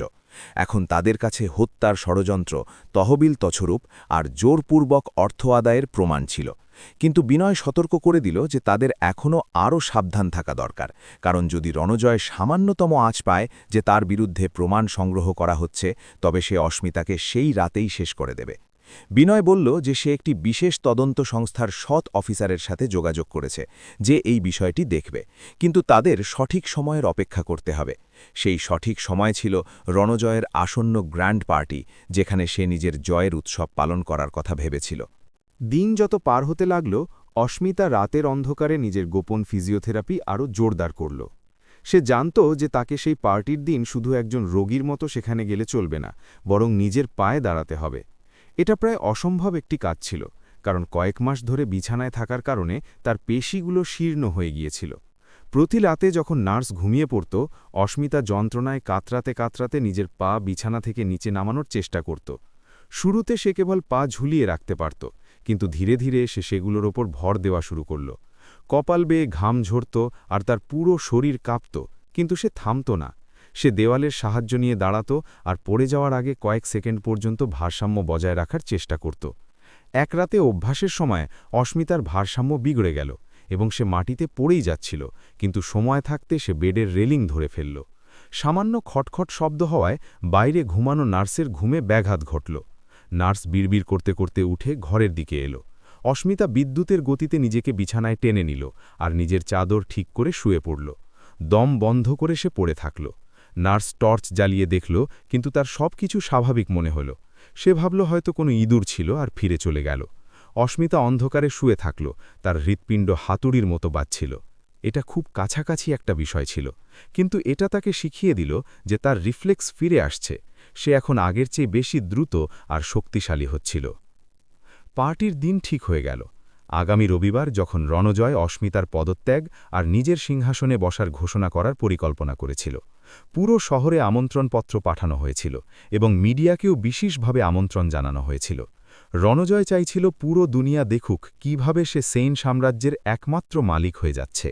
সে মালিনীর সাথে মিলে পার্টির রূপরেখা তৈরি করল, যেখানে অস্মিতাকে একটি হুইল চেয়ারে করে মঞ্চে নিয়ে আসার কথা ছিল, যাতে লোক তার অবস্থা দেখে রণজয়ের প্রতি সহানুভূতি দেখায়। তারা চাইছিল অস্মিতার এই দয়নীয় অবস্থা তাদের জয়ের অলঙ্কার হোক। অস্মিতা এসব শুনল আর মনে মনে হাসল, কারণ তারা যে মঞ্চ তৈরি করছিল সেটা আসলে তাদের নিজেদের ফাঁসির মঞ্চ হতে চলেছিল। বিনয়ও নিজের প্রস্তুতি শেষ করে নিয়েছিল। সে সমস্ত প্রমাণের অনেকগুলো কপি বানালো আর সেগুলো আলাদা আলাদা সুরক্ষিত জায়গায় রাখল। সে পার্টির দিনের জন্য একটি প্রযুক্তিগত পরিকল্পনা করেছিল, যাতে সে পার্টির সময় চলতে থাকা প্রেজেন্টেশন সিস্টেম হ্যাক করতে পারে। সে অস্মিতাকে জানালো যে সে একজন উইটারের ছদ্মবেশে পার্টিতে ঢোকার চেষ্টা করবে, যাতে সে তার কাছে থাকতে পারে আর যে কোনো জরুরি পরিস্থিতিতে হস্তক্ষেপ করতে পারে। এই পরিকল্পনা ছিল অত্যন্ত ঝুঁকিপূর্ণ, কারণ যদি সে ধরা পড়ে যেত তবে সব শেষ হয়ে যেত। কিন্তু বিনয় আর অস্মিতা দুজনেই জানত এটা করো অথবা মরো পরিস্থিতি। তাদের পেছনে ফেরার কোনো পথ ছিল না। অস্মিতা নিজের মনকে সেই মুহূর্তের জন্য তৈরি করতে শুরু করল যখন সে দুনিয়ার মুখোমুখি হবে।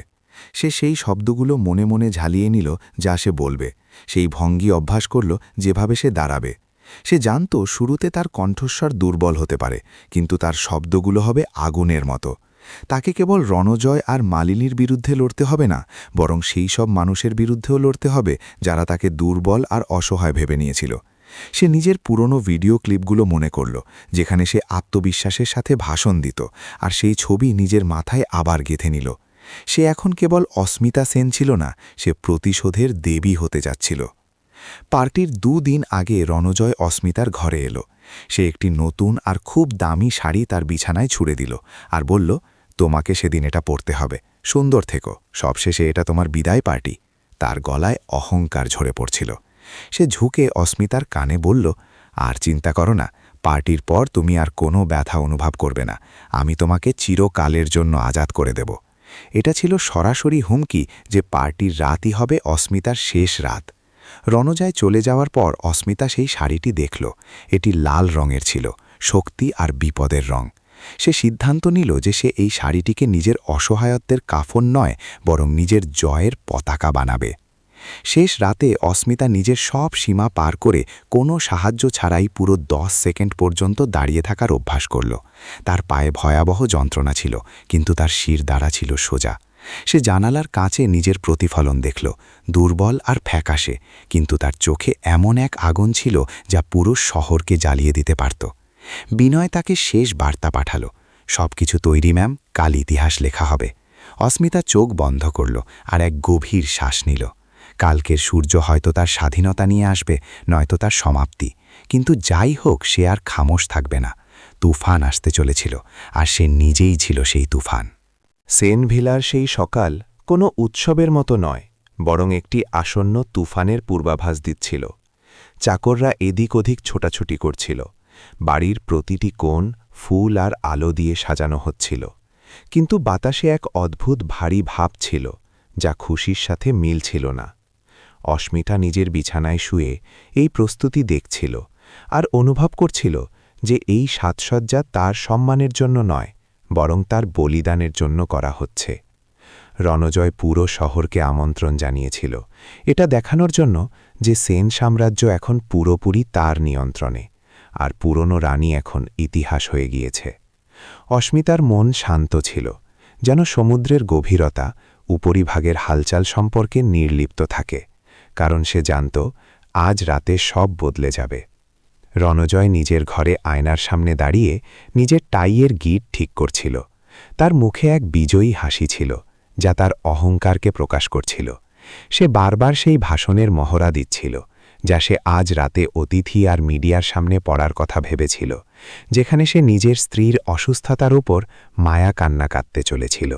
সে নিজেকে বলল যে আজ রাতের পর তাকে আর কারো সামনে নাটক করতে হবে না, কারণ একবার আইনি দস্তাবেজ সই হয়ে গেলে অস্মিতার অস্তিত্ব তার কাছে কোনো গুরুত্ব রাখবে না। মালিনীও সেখানে উপস্থিত ছিল। সে অস্মিতার গয়নার বক্স থেকে একটি ভারী হীরের হার বের করছিল, আর সেটা নিজের গলায় পরে আয়নায় নিজের রূপ দেখছিল। তাদের কথায় কোনো ভয় বা অনুতাপ ছিল না। তারা নিজেদের জয়ের নেশায় পুরোপুরি চুর ছিল।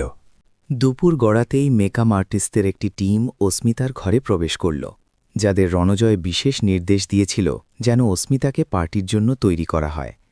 তারা অস্মিতার সাথে একজন মানুষের মতো নয়, বরং একটি জড় পুতুলের মতো ব্যবহার করল।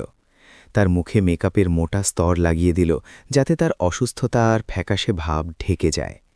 অস্মিতাকে সেই লাল শাড়িতে মোড়ানো হলো যা রণজয় তার জন্য পছন্দ করেছিল, এবং তাকে এক চমৎকারভাবে সাজানো হুইল চেয়ারে বসানো হলো। এই প্রক্রিয়া অস্মিতার জন্য খুব অপমানজনক ছিল, কিন্তু সে নিজের দৃষ্টি শূন্যে স্থির করে রাখল আর নিজের শরীর ঢিলে ছেড়ে দিল। সে জানত এই মেকআপ তার বর্ম, যা তার আসল আবেগ আর চোখের আগুনকে দুনিয়ার নজর থেকে লুকিয়ে রাখবে। সন্ধ্যা নামতেই ভিলার বাইরে লাক্সারি গাড়ির লাইন লাগতে শুরু করল, আর শহরের সবথেকে ধনী ও প্রভাবশালী মানুষরা পার্টিতে যোগ দিতে আসতে লাগল। মিডিয়ার ক্যামেরা গেটে ঝলকাচ্ছিল, আর সাংবাদিকরা প্রতিটি আগত অতিথিকে প্রশ্ন করছিল যে সেন গ্রুপের ভবিষ্যৎ সম্পর্কে তাদের মতামত কী। রণজয় প্রধান গেটে দাঁড়িয়ে সবাইকে স্বাগত জানাচ্ছিল। তার ভূমিকা ছিল একজন দুঃখী কিন্তু দায়িত্বশীল স্বামীর, যে নিজের স্ত্রীর অসুস্থতা সত্ত্বেও কোম্পানিকে সামলে রাখছে। লোক তাকে সহানুভূতির চোখে দেখছিল আর তার সাহসের প্রশংসা করছিল, এটা না জেনেই যে তারা যে ব্যক্তির প্রশংসা করছে সে আসলে এক নেকড়ে যে ভেড়ার চামড়া পরে আছে। অস্মিতাকে তখনও নিচে আনা হয়নি, তাকে একটি শোপিসের মতো শেষ মুহূর্তের জন্য বাঁচিয়ে রাখা হয়েছিল। সেই ভিড়েই ওয়েটারের ছদ্মবেশে বিনয় উপস্থিত ছিল। ইউনিফর্ম পরা এক ব্যক্তি খুব সাবধানতার সাথে অতিথিদের মাঝে ঘুরে বেড়াচ্ছিল। সে আর কেউ নয়, বিক্রম ছিল।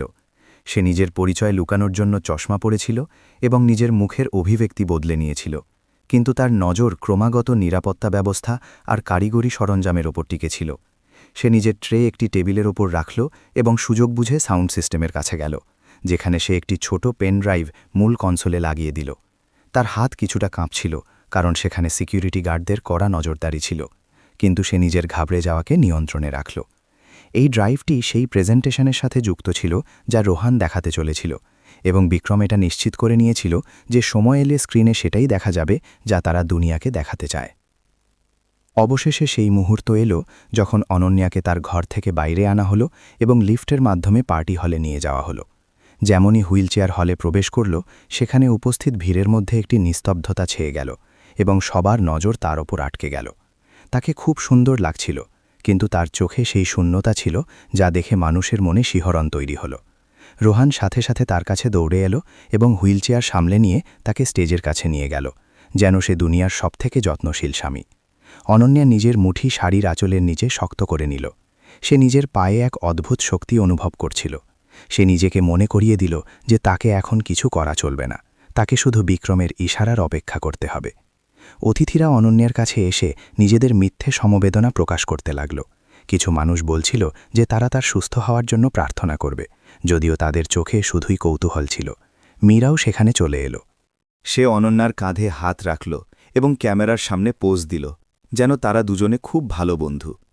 অনন্যার কানে মীরা ধীরে ধীরে ফিসফিস করে বলল যে আজ তোমার শেষ রাত, এটাকে ভালো করে দেখে নাও। এই হুমকি অনন্যার জন্য ভয়ের কারণ হল না, বরং এটি তার সংকল্পকে আরও মজবুত করে দিল। সে মীরার পারফিউমের গন্ধ আর তার আঙুলের ঠান্ডা স্পর্শ অনুভব করল এবং মনে মনে ভাবল যে এটা শেষবার যখন মীরা তাকে স্পর্শ করার সাহস করছে। অনন্যার মন পুরোপুরি একাগ্র ছিল। সে ঘরে উপস্থিত প্রতিটি ব্যক্তির অবস্থান আর প্রতিটি বেরোনোর পথ নোট করছিল। উকিল মিস্টার খান্না স্টেজের এক কোণে একটি টেবিলে নথিপত্রের স্তূপ নিয়ে বসেছিলেন এবং বারবার নিজের ঘড়ি দেখছিলেন। সেই আইনি কাগজগুলো তৈরি ছিল যাতে অনন্যার বুড়ো আঙুলের ছাপ নেওয়া হওয়ার কথা ছিল।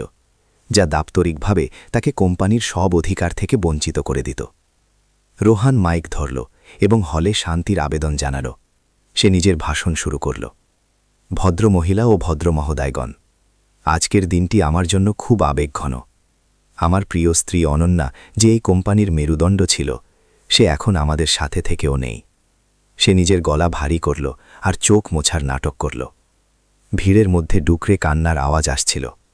মানুষ তার অভিনয়ে পুরোপুরি প্রভাবিত হয়েছিল। বিক্রম যে ভিড়ের পেছনে দাঁড়িয়েছিল, নিজের মুঠি শক্ত করছিল। রোহানের প্রতিটি মিথ্যে কথায় তার রাগ হচ্ছিল, কিন্তু সে জানত যে সত্যের বিস্ফোরণ মাত্র কয়েক মিনিট দূরে। অনন্যা হুইল চেয়ারে বসে রোহানকে দেখছিল। সে শুনছিল কিভাবে সে তার পরিশ্রম আর তার পরিচয়কে নিজের নামে করে নিচ্ছে। তার মনে পড়ল কিভাবে সে দিনরাত এক করে এই কোম্পানি দাঁড় করিয়েছিল, আর আজ এই লোকটা তাকে এক অসহায় মহিলা হিসেবে পেশ করছিল। তার ভেতরে অ্যাড্রেনালিনের প্রবাহ বেড়ে গেল। তার পেশি উত্তেজনায় টান টান হয়ে গেল। সে নিজের পায়ের আঙুল জুতোর ভেতরে নাড়াল এবং দেখল যে সেগুলোতে শক্তি ফিরে এসেছে। মাসের পর মাস গোপন কসরত আর মানসিক দৃঢ়তা আজ কাজে আসতে চলেছিল। সে বিক্রমের দিকে তাকাল, যে ওয়েটারের বেশে দূরে দাঁড়িয়েছিল, এবং সে নিজের টুপি হালকা করে ছুল। এটা সংকেত ছিল যে কারিগরি কাজ শেষ হয়েছে এবং সিস্টেম তাদের নিয়ন্ত্রণে আছে। রোহান নিজে ভাষণ জারি রাখল। ডাক্তার বলেছেন যে অনন্যার এখন পূর্ণ বিশ্রামের প্রয়োজন এবং সে কোনো মানসিক চাপ নেওয়ার অবস্থায় নেই। তাই ভারাক্রান্ত হৃদয়ে আমাকে এই দায়িত্ব নিতে হচ্ছে। সে খান্নাকে ইশারা করল এবং উকিল নথিপত্র নিয়ে অনন্যার কাছে এলো। ক্যামেরা জুম ইন করছিল। প্রত্যেকেই এই ঐতিহাসিক মুহূর্তকে বন্দী করতে চাইছিল। রোহান কালির প্যাড তুলে নিল এবং অনন্যার হাত ধরার জন্য ঝুঁকল। যেমনই রোহান তার হাত ছুল, অনন্যা নিজের ধরা শক্ত করার জন্য মানসিক শক্তি ব্যবহার করল, কিন্তু সে এখনও কোনো প্রতিক্রিয়া দিল না। সে চাইছিল রোহান সেই কাগজের কাছে আসুক, যাতে যখন সে ঘুরে দাঁড়াবে তখন ধাক্কাটা সবথেকে জোরালো হয়। তখনই বিক্রম নিজের পকেট থেকে একটি ছোট রিমোট বের করল আর বোতাম টিপে দিল। হলের বিশাল স্ক্রিন, যার ওপর এতক্ষণ অনন্যা আর রোহানের পুরনো সুখের ছবিগুলো চলছিল, হঠাৎ ঝিলমিল করতে শুরু করল। সঙ্গীত বন্ধ হয়ে গেল এবং এক তীক্ষ্ণ কর্কশ শব্দ সবার নজর কাড়ল। রোহান রাগে পেছন ফিরে তাকাল এবং চিৎকার করে বলল যে কারিগরি টিম কি করছে। কিন্তু কেউ কিছু করার আগেই স্ক্রিন কালো হয়ে গেল এবং তারপর তাতে একটি ভিডিও চলতে শুরু করল। এই ভিডিওটি ঝাপসা ছিল, কিন্তু আওয়াজ খুব স্পষ্ট ছিল। এটা রোহান আর মীরার আওয়াজ ছিল, যারা অনন্যার ঘরে তাকে হত্যার ষড়যন্ত্র করছিল। হলে নিস্তব্ধতা ছেয়ে গেল, এতটাই গভীর যে সূচ পড়ার শব্দও শোনা যেতে পারত। রোহানের মুখ ফ্যাকাশে হয়ে গেল। সে দ্রুত স্ক্রিন বন্ধ করানোর জন্য ইশারা করল, কিন্তু সিস্টেম লক হয়ে গিয়েছিল। ভিডিওতে রোহান হাসতে হাসতে বলছিল, আর মাত্র 1 সপ্তাহ, তারপর হার্ট অ্যাটাক করানোর ওষুধ নিজের কাজ করে দেবে। অতিথিদের মধ্যে কানাঘুষো শুরু হয়ে গেল। মানুষ অবিশ্বাস্য চোখে একে অপরের দিকে তাকাচ্ছিল। মীরা ঘাবড়ে গিয়ে নিজের গ্লাস ফেলে দিল, যা মেঝেতে ভেঙে চুরমার হয়ে গেল। এই অরাজকতার মাঝে অনন্যা নিজের চোখের মণি ঘোরাল এবং নিজের মাথা সোজা করল, যা মাসের পর মাস এক পাশে ঝুঁকেছিল। সে এখন গর্বের সাথে মাথা তুলল, যেন সে কোনো ভূত দেখেছে। রোহান চিৎকার করে বলল, এটা মিথ্যে, এই ভিডিওটি ডক্টরড, কেউ আমার ভাবমূর্তি নষ্ট করার চেষ্টা করছে। সে অনন্যার দিকে ফিরল, এটা ভেবে যে সে এখনও তার অসহায় স্ত্রী, যাকে সে নিজের নির্দোষিতা প্রমাণ করার জন্য ব্যবহার করতে পারবে। সে অনন্যার কাঁধ ধরে ঝাঁকিয়ে বলল, অনন্যা, এদের বলো যে আমি তোমাকে কত ভালোবাসি। এটাই ছিল তার সবথেকে বড় আর শেষ ভুল। অনন্যা, যাকে এতক্ষণ মৃত বলে ভাবা হচ্ছিল, হঠাৎ রোহানের হাত ধরে নিল। তার ধরা এতটাই শক্ত ছিল যে রোহান যন্ত্রণায় কাঁতরে উঠল। সে নিজের চোখ থেকে সেই শূন্যতা সরিয়ে দিল এবং তাতে এখন এক শিকারীর ঔজ্জ্বল্য ছিল। হলে উপস্থিত প্রতিটি ব্যক্তির শ্বাস আটকে গেল। তারা নিজের চোখের উপর বিশ্বাস করতে পারছিল না। অস্মিতা এক গভীর শ্বাস নিল, নিজের ডায়াফ্রাম বাতাসে ভরে নিল আর নিজের পায়ে জোর দিল। হুইল চেয়ারের চাকা মেঝেতে ঘষা খেল আর সে ধীরে ধীরে ওপরে উঠতে লাগল। এটি একটি অলৌকিক দৃশ্যের মতো ছিল। যে মহিলাকে ডাক্তাররা দুরারোগ্য ঘোষণা করে দিয়েছিলেন, সে নিজের ইচ্ছাশক্তির জোরে দাঁড়িয়ে পড়ছিল।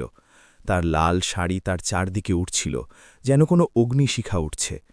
রোহান যে এতক্ষণ নিজের অহংকারে অন্ধ ছিল, এখন ভয়ে কাঁপছিল। সে পেছনের দিকে হোঁচট খেল আর স্টেজের স্পিকারের সাথে ধাক্কা খেল। পুরো হল স্তব্ধ ছিল, কারো মুখ দিয়ে একটি শব্দও বের হচ্ছিল না।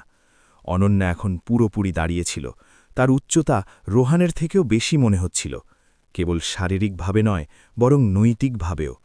বিক্রম ভিড়ের মাঝখান থেকে নিজের ওয়েটারের কোট খুলে ছুঁড়ে ফেলল এবং সিকিউরিটি গার্ডদের আটকানোর জন্য এগিয়ে গেল, যারা এখনও বিভ্রান্ত ছিল যে কি করবে। স্ক্রিনে এখন ব্যাংক ট্রানজ্যাকশন আর তহবিল তছরূপের প্রমাণ দেখানো হচ্ছিল, কিন্তু এখন কারও নজর স্ক্রিনে ছিল না। সবার নজর ছিল সেই মহিলার ওপর যে মৃত্যুর মুখ থেকে ফিরে এসেছে। অনন্যা মাইকের দিকে হাত বাড়াল। তার হাতে তখনও সামান্য কম্পন ছিল, কিন্তু তার সংকল্প ছিল লোহার মতো। সে মাইক নিজের ঠোঁটের কাছে নিয়ে এলো এবং তার কণ্ঠস্বর, যা মাসের পর মাস নীরব ছিল, হলে গুমড়ে উঠল। এই আওয়াজ ভেঙে পড়া ছিল না, বরং সিংহীর গর্জনের মতো। খেলা শেষ হয়ে গিয়েছে রোহান, সে বলল, এবং সেই শব্দগুলো পুরো ঘর কাঁপিয়ে দিল। বাইরে আকাশে বিদ্যুৎ চমকালো এবং তীব্র বৃষ্টি শুরু হল, যেন প্রকৃতিও এই ন্যায়ের মুহূর্তকে সমর্থন করছে। রোহান পালানোর চেষ্টা করল, কিন্তু সে দেখল যে সে চারপাশ থেকে অতিথি আর মিডিয়া দিয়ে ঘেরা, যাদের মুখে এখন সহানুভূতি নয় বরং ঘৃণা ছিল। মীরা এক কোণে কুঁকড়ে গেল, তার সমস্ত দম্ভ গায়েব হয়ে গিয়েছিল। অনন্যা স্টেজের কেন্দ্রে দাঁড়িয়েছিল একা, কিন্তু অজেয়। সে নিজের দৃষ্টি পুরো হলে ঘোরাল এবং তারপর নিজের সেই বান্ধবী আর স্বামীর ওপর স্থির করল, যারা তাকে মারার চেষ্টা করেছিল। এটি কেবল একটি উন্মোচন ছিল না, এটি একটি সাম্রাজ্যের পতন আর অন্যটির উদয় ছিল। রাত তখনও বাকি ছিল, আর ন্যায়ের হাতুড়ি পড়ার অপেক্ষায় ছিল।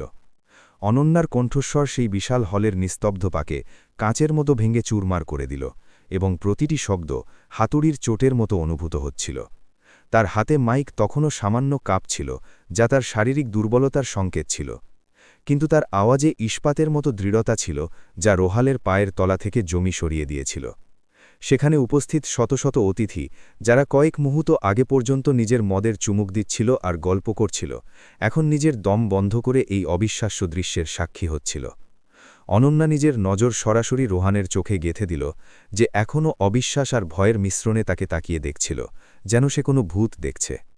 সে মাইক নিজের ঠোঁটের কাছে নিয়ে এলো এবং বলল, তুমি ভেবেছিলে যে আমি একটি ভাঙা পুতুল, যাকে তুমি যখন খুশি ছড়ে ফেলতে পারো, কিন্তু তুমি ভুলে গিয়েছিলে যে এই পুতুলে প্রাণ তুমি দাওনি। রোহান নিজের ঘাবড়ে যাওয়াকে রাগের আড়ালে লুকানোর চেষ্টা করল এবং চিৎকার করে বলল, এই মহিলা পাগল হয়ে গিয়েছে, অ্যাক্সিডেন্টের কারণে এর মানসিক ভারসাম্য বিগড়ে গিয়েছে। সে সিকিউরিটি গার্ডদের ইশারা করল, যেন তারা অনন্যাকে মঞ্চ থেকে নিচে নামায়, কিন্তু কেউ নিজের জায়গা থেকে নড়ল না, কারণ বিক্রম আগেই প্রধান নিরাপত্তা আধিকারিককে আসল প্রমাণ দেখিয়ে দিয়েছিল। রোহানের চিৎকার চেঁচামেচি তাকে আরও বেশি সন্দেহভাজন বানিয়ে দিয়েছিল, যেখানে অনন্যা পূর্ণ মর্যাদার সাথে সেখানে দাঁড়িয়েছিল। সে স্ক্রিনের দিকে ইশারা করল, যেখানে এখন একটি নতুন ভিডিও চলছিল, যাতে রোহান এক সন্দেহভাজন ব্যক্তিকে টাকা দিয়ে বলছিল যে গাড়ির ব্রেক এমনভাবে ফেল হওয়া দরকার যাতে কোনো প্রমাণ না থাকে। এই দৃশ্য দেখে হলে উপস্থিত মানুষদের মুখ দিয়ে আর্তনাদ বেরিয়ে এলো এবং রোহানের মুখ লজ্জা আর ভয়ে ফ্যাকাশে হয়ে গেল। অনন্যা ভিড়কে সম্বোধন করে বলল, গত 6 মাস ধরে আমি নিজেরই লাশ হয়ে বেঁচেছিলাম, নিজেরই ঘরে বন্দী হয়ে প্রতিদিন নিজের মৃত্যুর ষড়যন্ত্র শুনতাম। সে জানালো কিভাবে তার স্বামী আর তার সবথেকে ভালো বন্ধু মিলে তাকে কেবল শারীরিকভাবে পঙ্গু করার চেষ্টা করেনি, বরং তাকে মানসিকভাবে ভেঙে ফেলার প্রতিটি সম্ভব চেষ্টা করেছে। সে নিজের লাল শাড়ির আঁচল কিছুটা সরালো এবং নিজের হাতে থাকা ইঞ্জেকশনের দাগ দেখালো, যা সেই ওষুধের প্রমাণ ছিল যা তাকে ধীরে ধীরে মারার জন্য দেওয়া হচ্ছিল। এটা দেখে অনেক মহিলা নিজের চোখের জল ধরে রাখতে পারল না, আর মিডিয়ার ক্যামেরা এখন পাগলের মতো ফ্ল্যাশ করছিল। প্রতিটি মুহূর্তকে বন্দী করার সাথে সাথে অনন্যার যন্ত্রণা এখন একটি সার্বজনীন দলিলে পরিণত হয়েছিল, যাকে অস্বীকার করা সম্ভব ছিল না। মীরা যে এতক্ষণ ভিড়ের মধ্যে লুকোনোর চেষ্টা করছিল, সে চুপিসারে বেরোনোর দরজার দিকে এগোতে শুরু করল, কিন্তু অনন্যার নজর থেকে কিছু এড়ানো সম্ভব ছিল না। অনন্যা মাইকে মীরার নাম ধরে ডাকল। তার গলায় এতটাই কঠোরতা ছিল যে মীরার পা সেখানেই থমকে গেল।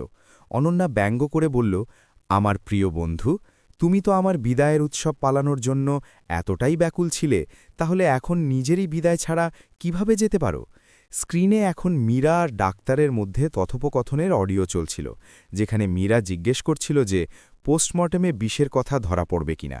সমাজের সেই মহিলারা যারা কিছুক্ষণ আগে মীরার সাথে হাসাহাসি করছিল, এখন তাকে এমনভাবে দেখছিল যেন সে কোনো নোংরা আবর্জনা।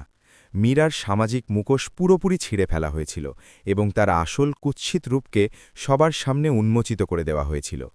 উকিল খান্না, যে মঞ্চের কোণে গুটিসুটি মেরে বসেছিলেন, তিনি নিজের ব্যাগে নথিপত্র লুকোনোর চেষ্টা করলেন, কিন্তু বিক্রম দ্রুত মঞ্চে এসে তার ব্যাগ ছিনিয়ে নিল।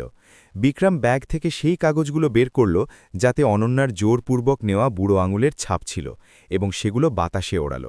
অনন্যা জানালো যে এগুলো সেই নথিপত্র যার মাধ্যমে রোহান কোম্পানির সমস্ত সম্পত্তি নিজের নামে করতে চেয়েছিল এবং হাজার হাজার শ্রমিককে বেকার করে ফ্যাক্টরির জমি বিক্রি করতে চেয়েছিল। সে শেয়ার হোল্ডারদের দিকে তাকিয়ে বলল, যে কোম্পানিকে আমার বাবা রক্ত জল করা পরিশ্রমে গড়ে তুলেছিলেন, তাকে এই লোকটা জুয়ার দেনা আর নিজের বিলাসিতার জন্য বিক্রি করতে চেয়েছিল। এই উন্মোচন ব্যবসায়ী মহলের জন্য এক বড় ধাক্কা ছিল এবং অনেক বিনিয়োগকারী রাগে রোহানের দিকে এগোতে লাগল, যাদের সিকিউরিটি গার্ডরা খুব কষ্টে আটকাল। রোহান অনুভব করল যে এখন তার কাছে হারানোর মতো কিছু নেই, তাই তার ভয় এক হিংস্র উন্মাদনায় বদলে গেল। সে এক বুনো পশুর মতো গর্জন করল এবং মঞ্চে রাখা একটি ভারী ফুলদানি তুলে অনন্যার দিকে তেড়ে গেল, তাকে সব সময়কার মতো চুপ করিয়ে দেওয়ার উদ্দেশ্যে। হলে চিৎকার শুরু হয়ে গেল, কিন্তু অনন্যা নিজের জায়গা থেকে 1 ইঞ্চিও নড়ল না। তার চোখে কোনো ভয় ছিল না। রোহান তার কাছে পৌঁছনোর আগেই বিক্রম মাঝখানে চলে এলো এবং সে রোহানের হাত ধরে মুছড়ে দিল, যার ফলে ফুরদানিটি মাটিতে পড়ে চুরমার হয়ে গেল। বিক্রম রোহানকে ধাক্কা দিল, আর সে সেই হুইলচেয়ারের ওপর গিয়ে পড়ল যা সে অনন্যার জন্য সাজিয়েছিল। এটি একটি কাব্যিক বিচার ছিল। শিকারী এখন সেই খাঁচায় বন্দী ছিল যা সে নিজের শিকারের জন্য বানিয়েছিল। এই হট্টগোলের মাঝে হলের মূল দরজা ধড়াম করে খুলে গেল এবং পুলিশের একটি দল, যার নেতৃত্বে একজন ঊর্ধ্বতন কর্মকর্তা ছিলেন, ভেতরে প্রবেশ করলেন। তাদের হাতে গ্রেপ্তারি পরোয়ানা ছিল এবং তাদের মুখে গাম্ভীর্য ছিল যা বলছিল যে আইন এখন নিজের কাজ করবে।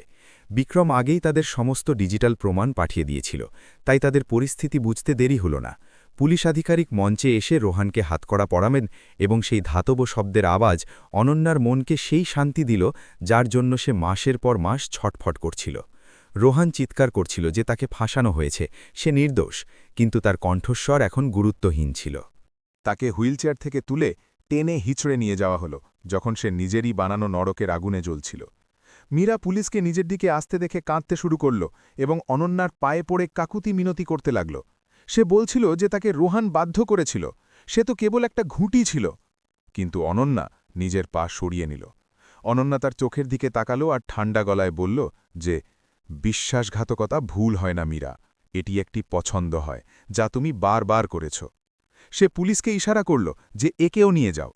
মীরাকে যখন মহিলা কনস্টেবল ধরে নিয়ে যাচ্ছিল, তখন তার চিৎকার হলে প্রতিধ্বনিত হচ্ছিল, কিন্তু কারও সমবেদনা তার সাথে ছিল না। অনন্যা দেখল কিভাবে তার জীবনের দুজন সবথেকে কাছের মানুষ, যারা এখন তার সবথেকে বড় শত্রু হয়ে দাঁড়িয়েছিল, আইনের কবলে রয়েছে। এই দৃশ্য তার কাছে জয়ের নয়, বরং একটি দুঃখজনক অধ্যায়ের সমাপ্তির ছিল। উকিল খান্না আর সেই দুর্নীতিগ্রস্ত ডাক্তারকেও পুলিশ হেফাজতে নিয়ে নিল, যারা ভিড়ের মধ্যে লুকোনোর চেষ্টা করছিল। বিক্রম মাইক নিয়ে ঘোষণা করল যে কোম্পানির সমস্ত অবৈধ চুক্তি বাতিল বলে গণ্য হবে এবং একটি পূর্ণ অভ্যন্তরীণ তদন্ত কমিটি বসানো হবে। সে অতিথি আর মিডিয়াকে আশ্বস্ত করল যে সিংঘানিয়া গ্রুপ এখন নিরাপদ হাতে আছে আর অনন্যা ম্যাম ফিরে এসেছেন। হলে উপস্থিত মানুষজন, যারা এতক্ষণ সদমায় ছিল, ধীরে ধীরে হাততালি দিতে শুরু করল। এই হাততালি শুরুতে ধীর ছিল, কিন্তু শীঘ্রই এটি গর্জনে বদলে গেল, যা অনন্যার সাহস আর ফিরে আসাকে সম্মান জানাচ্ছিল।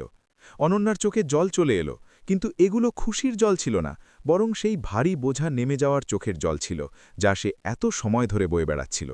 ভিড় শান্ত হওয়ার পর অনন্যা আবার বলতে শুরু করল, কিন্তু এবার তার গলায় কোমলতা আর কৃতজ্ঞতা ছিল।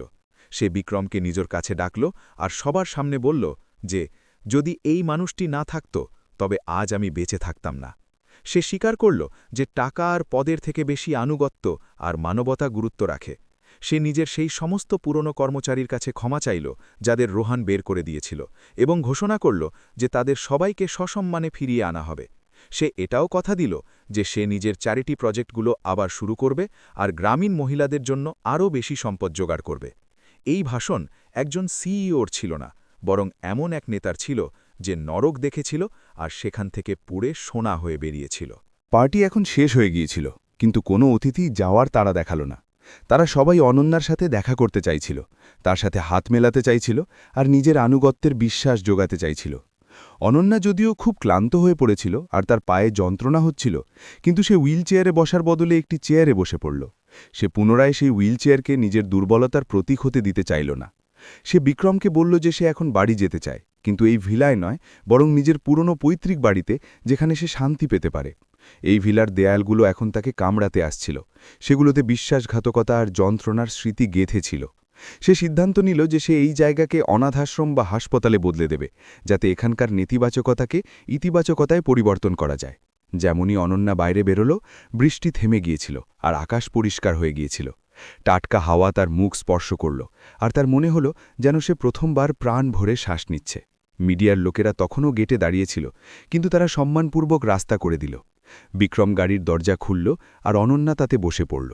সে পেছনে ফিরে একবার সেই ভিলার দিকে তাকালো, যা একসময় তার স্বপ্ন ছিল, কিন্তু আজ তা কেবল এক টুকরো পাথর ছিল। সে বিক্রমের দিকে তাকিয়ে হাসল এবং বিক্রম গাড়ি স্টার্ট করল। এক নতুন সফর শুরু হতে চলেছিল। সে ঘুরে তাকিয়ে সেই জাঁকজমকপূর্ণ ভিলাটিকে দেখল, যা আলোয় ঝলমল করছিল, কিন্তু ভেতর থেকে তা ছিল ফাঁপা। আজ রাতে সে নিজের ঘর হারিয়েছিল, নিজের স্বামীকে হারিয়েছিল, নিজের সবথেকে ভালো বন্ধুকেও হারিয়েছিল, কিন্তু সে নিজেকে খুঁজে পেয়েছিল, আর এই প্রাপ্তি যে কোনো ক্ষতির চেয়ে অনেক বড় ছিল। গাড়ি ধীরে ধীরে সামনে এগিয়ে চলল, শহরের আলোগুলোকে পেছনে ফেলে, এক নতুন ভোরের দিকে যা তার জন্য অপেক্ষা করছিল। আদালতের ঘর লোকে লোকারণ্য ছিল, যেখানে শহরের মিডিয়া আর গণ্যমান্য ব্যক্তিরা এই হাই প্রোফাইল মামলার রায়ের অপেক্ষায় ছিল। কাঠগড়ায় দাঁড়িয়ে থাকা রোহান আর মীরার অবস্থা দেখে কারোরই বিশ্বাস হচ্ছিল না যে এরাই সেই মানুষ যারা কয়েক সপ্তাহ আগে অবধি শহরের সবথেকে জমকালো পার্টির প্রাণ ছিল। তাদের মুখ শুকিয়ে গিয়েছিল, চোখের নিচে কালি ছিল, আর তাদের দামি পোশাকে এখন ভাঁজ পড়ে গিয়েছিল, যা জেলে কাটানো তাদের রাতগুলোর গল্প বলছিল। অনন্যা প্রথম সারিতে বসেছিল, তার আচরণ পুরোপুরি সংযত ছিল, আর সে কোনো ধরনের আবেগ প্রকাশ করছিল না। সে এখানে প্রতিশোধের আনন্দ নিতে আসেনি, বরং ন্যায়ের শেষ অধ্যায় নিজের চোখে দেখতে এসেছিল, যাতে সে এই অন্ধকার অতীতকে চিরকালের মতো পেছনে ফেলে যেতে পারে। সরকারি উকিল যখন তথ্য প্রমাণ পেশ করা শুরু করল, তখন আদালতে নিস্তব্ধতা ছেয়ে গেল। কেবল ভিডিও আর অডিও রেকর্ডিংয়ের আওয়াজ শোনা যাচ্ছিল। বিক্রমের রেকর্ড করা সেই টেপগুলো, যাতে রোহান আর মীরা অনন্যাকে হত্যার ষড়যন্ত্র করছিল এবং ডাক্তারকে ঘুষ দিচ্ছিল, সেগুলো এতটাই স্পষ্ট ছিল যে আসামিপক্ষের বলার মতো কিছু ছিল না। রোহান মাঝখানে চিৎকার করে সমস্ত দোষ মীরার উপর চাপানোর চেষ্টা করল, এই বলে যে সেই তাকে প্ররোচিত করেছিল, আর সেই তো কেবল একজন শিকার। মীরাও পাল্টা আক্রমণ করে রোহানকে মূল ষড়যন্ত্রকারী বলল, আর আদালতের সামনে তাদের এই ঝগড়া তাদের ফাঁপা আনুগত্য আর চরিত্রকে উন্মোচিত করছিল। অনন্যা তাদের দেখছিল আর ভাবছিল কিভাবে লোভ এই মানুষদের পশুর চেয়েও অধম বানিয়ে দিয়েছে। বিচারক দুই পক্ষের যুক্তি শোনার পর নিজের রায় শোনাতে বেশি সময় নিলেন না, কারণ প্রমাণ পাহাড়ের মতো অটল ছিল। তিনি রোহান আর মীরাকে হত্যার চেষ্টা, জালিয়াতি, আত্মসাৎ আর অপরাধমূলক ষড়যন্ত্রের জন্য দোষী সাব্যস্ত করলেন এবং তাদের যাবজ্জীবন কারাদণ্ড দিলেন। এর সাথেই আদালত আদেশ দিল যে রোহানের দখল করা সমস্ত সম্পত্তি আর টাকা সুদসহ অনন্যাকে ফেরত দেওয়া হোক। যখন পুলিশ রোহান আর মীরাকে হাতকড়া পরিয়ে নিয়ে যাচ্ছিল, তখন রোহান শেষবারের মতো অনন্যার দিকে তাকাল। তার চোখে ভিক্ষা ছিল, কিন্তু অনন্যা নিজের দৃষ্টি সরিয়ে নিল। এই অধ্যায় এখন বন্ধ হয়ে গিয়েছিল এবং তাদের দুজনের জন্য অনন্যার দুনিয়ায় এখন আর কোনো জায়গা ছিল না, না ঘৃণার জন্য, না দয়ার জন্য। পরের দিন অনন্যা যখন সিংহানিয়া টাওয়ারের মূল গেটে নিজের গাড়ি থেকে নামল, তখন সেখানকার দৃশ্য পুরোপুরি বদলে গিয়েছিল। কর্মচারীরা, যারা রোহানের শাসনে ভয় আর অনিশ্চয়তার ছায়ায় দিন কাটাচ্ছিল, এখন সারিবদ্ধভাবে তাকে স্বাগত জানাচ্ছিল। তাদের চোখে সম্মান আর স্বস্তি ছিল। অনন্যা এখন হুইল চেয়ারের সাহায্য ছেড়ে দিয়েছিল, যদিও সে এখনও সামান্য খুঁড়িয়ে হাঁটছিল আর তার হাতে একটি লাঠি ছিল, কিন্তু তার হাঁটা চলায় সেই পুরনো আত্মবিশ্বাস ফিরে এসেছিল। সে লিফট দিয়ে সোজা কনফারেন্স রুমে গেল, যেখানে কোম্পানির বোর্ড মেম্বাররা আগে থেকেই ঘামতে ঘামতে তার জন্য অপেক্ষা করছিল। এরা সেই মানুষ যারা রোহানের ভুল সিদ্ধান্তে নীরবতা বজায় রেখেছিল বা তাকে সমর্থন করেছিল, আর আজ তাদের নিজেদের কর্মের হিসাব দিতে হবে। অনন্যা কনফারেন্স রুমের চেয়ারে বসেই কোনো ভূমিকা ছাড়াই নিজের কার্যক্রম শুরু করল এবং এক এক করে সেই সমস্ত দুর্নীতিগ্রস্ত কর্মকর্তাদের বরখাস্ত করে দিল, যারা কোম্পানির মূল্যবোধের সাথে আপোষ করেছিল। সে স্পষ্ট ভাষায় বলল যে সিংঘানিয়া গ্রুপে এখন কেবল যোগ্যতা আর সততার কদর হবে, তোষামোদের নয়। সে সেই ফাইলগুলোকে পুনরায় খুলল যেগুলোকে রোহান বন্ধ করিয়ে দিয়েছিল, বিশেষ করে গ্রামীণ মহিলাদের জন্য বস্ত্রশিল্পের প্রকল্পটি। অনন্যা ঘোষণা করল যে এই প্রজেক্ট কেবল শুরুই হবে না, বরং একে দ্বিগুণ বাজেটের সাথে কার্যকর করা হবে। এই সিদ্ধান্ত শুনে পুরনো আর বিশ্বস্ত কর্মচারীদের মুখে হাসি ফিরে এলো, কারণ তারা অনুভব করল যে কোম্পানির আত্মা ফিরে এসেছে। এটি শুধুমাত্র একটি ব্যবসায়িক সিদ্ধান্ত ছিল না, বরং এটি একটি বার্তা ছিল যে ভালোকে চেপে রাখা যায়, কিন্তু মুছে ফেলা যায় না। সন্ধ্যায় যখন অফিস খালি হয়ে গেল, অনন্যা বিক্রমকে নিজের কেবিনে ডাকল, যে এখনও নিজের পুরনো ডেস্কে কাজ করছিল। অনন্যা তাকে বসার ইশারা করল আর নিজের ড্রয়ার থেকে একটি খাম বের করে তার সামনে রাখল, যাতে তার পদোন্নতি আর কোম্পানিতে অংশীদারিত্বের নথপত্র ছিল। সে বিক্রমকে কোম্পানির নতুন চিফ অপারেটিং অফিসার নিযুক্ত করেছিল, এমন একটি পদ যার সে আসলে যোগ্য ছিল। বিক্রমের চোখে জল চলে এলো এবং সে ইতস্তত করে বলল যে সে এসব কোনো পুরস্কারের জন্য করেনি। অনন্যা হেসে বলল যে আনুগত্য কেনা যায়, কিন্তু তার সম্মান করা একজন নেতার কর্তব্য হয়। সে বিক্রমকে বলল যে এখন তার এমন একজন সঙ্গীর প্রয়োজন যে তাকে আয়না দেখাতে পারবে আর যাকে সে চোখ বন্ধ করে ভরসা করতে পারবে। ঘরের ক্ষেত্রেও অনন্যা কঠোর আর আবেগঘন সিদ্ধান্ত নিল, কারণ সে সেই পরিবেশকে পুরোপুরি বদলে দিতে চাইছিল।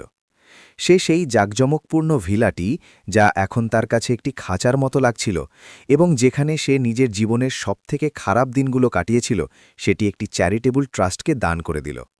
সে নির্দেশ দিল যে এই ভিলাটিকে মেরুদণ্ডের চোটে লড়াই করা রোগী আর প্রতিবন্ধী মহিলাদের জন্য একটি পুনর্বাসন কেন্দ্রে বদলে দেওয়া হোক।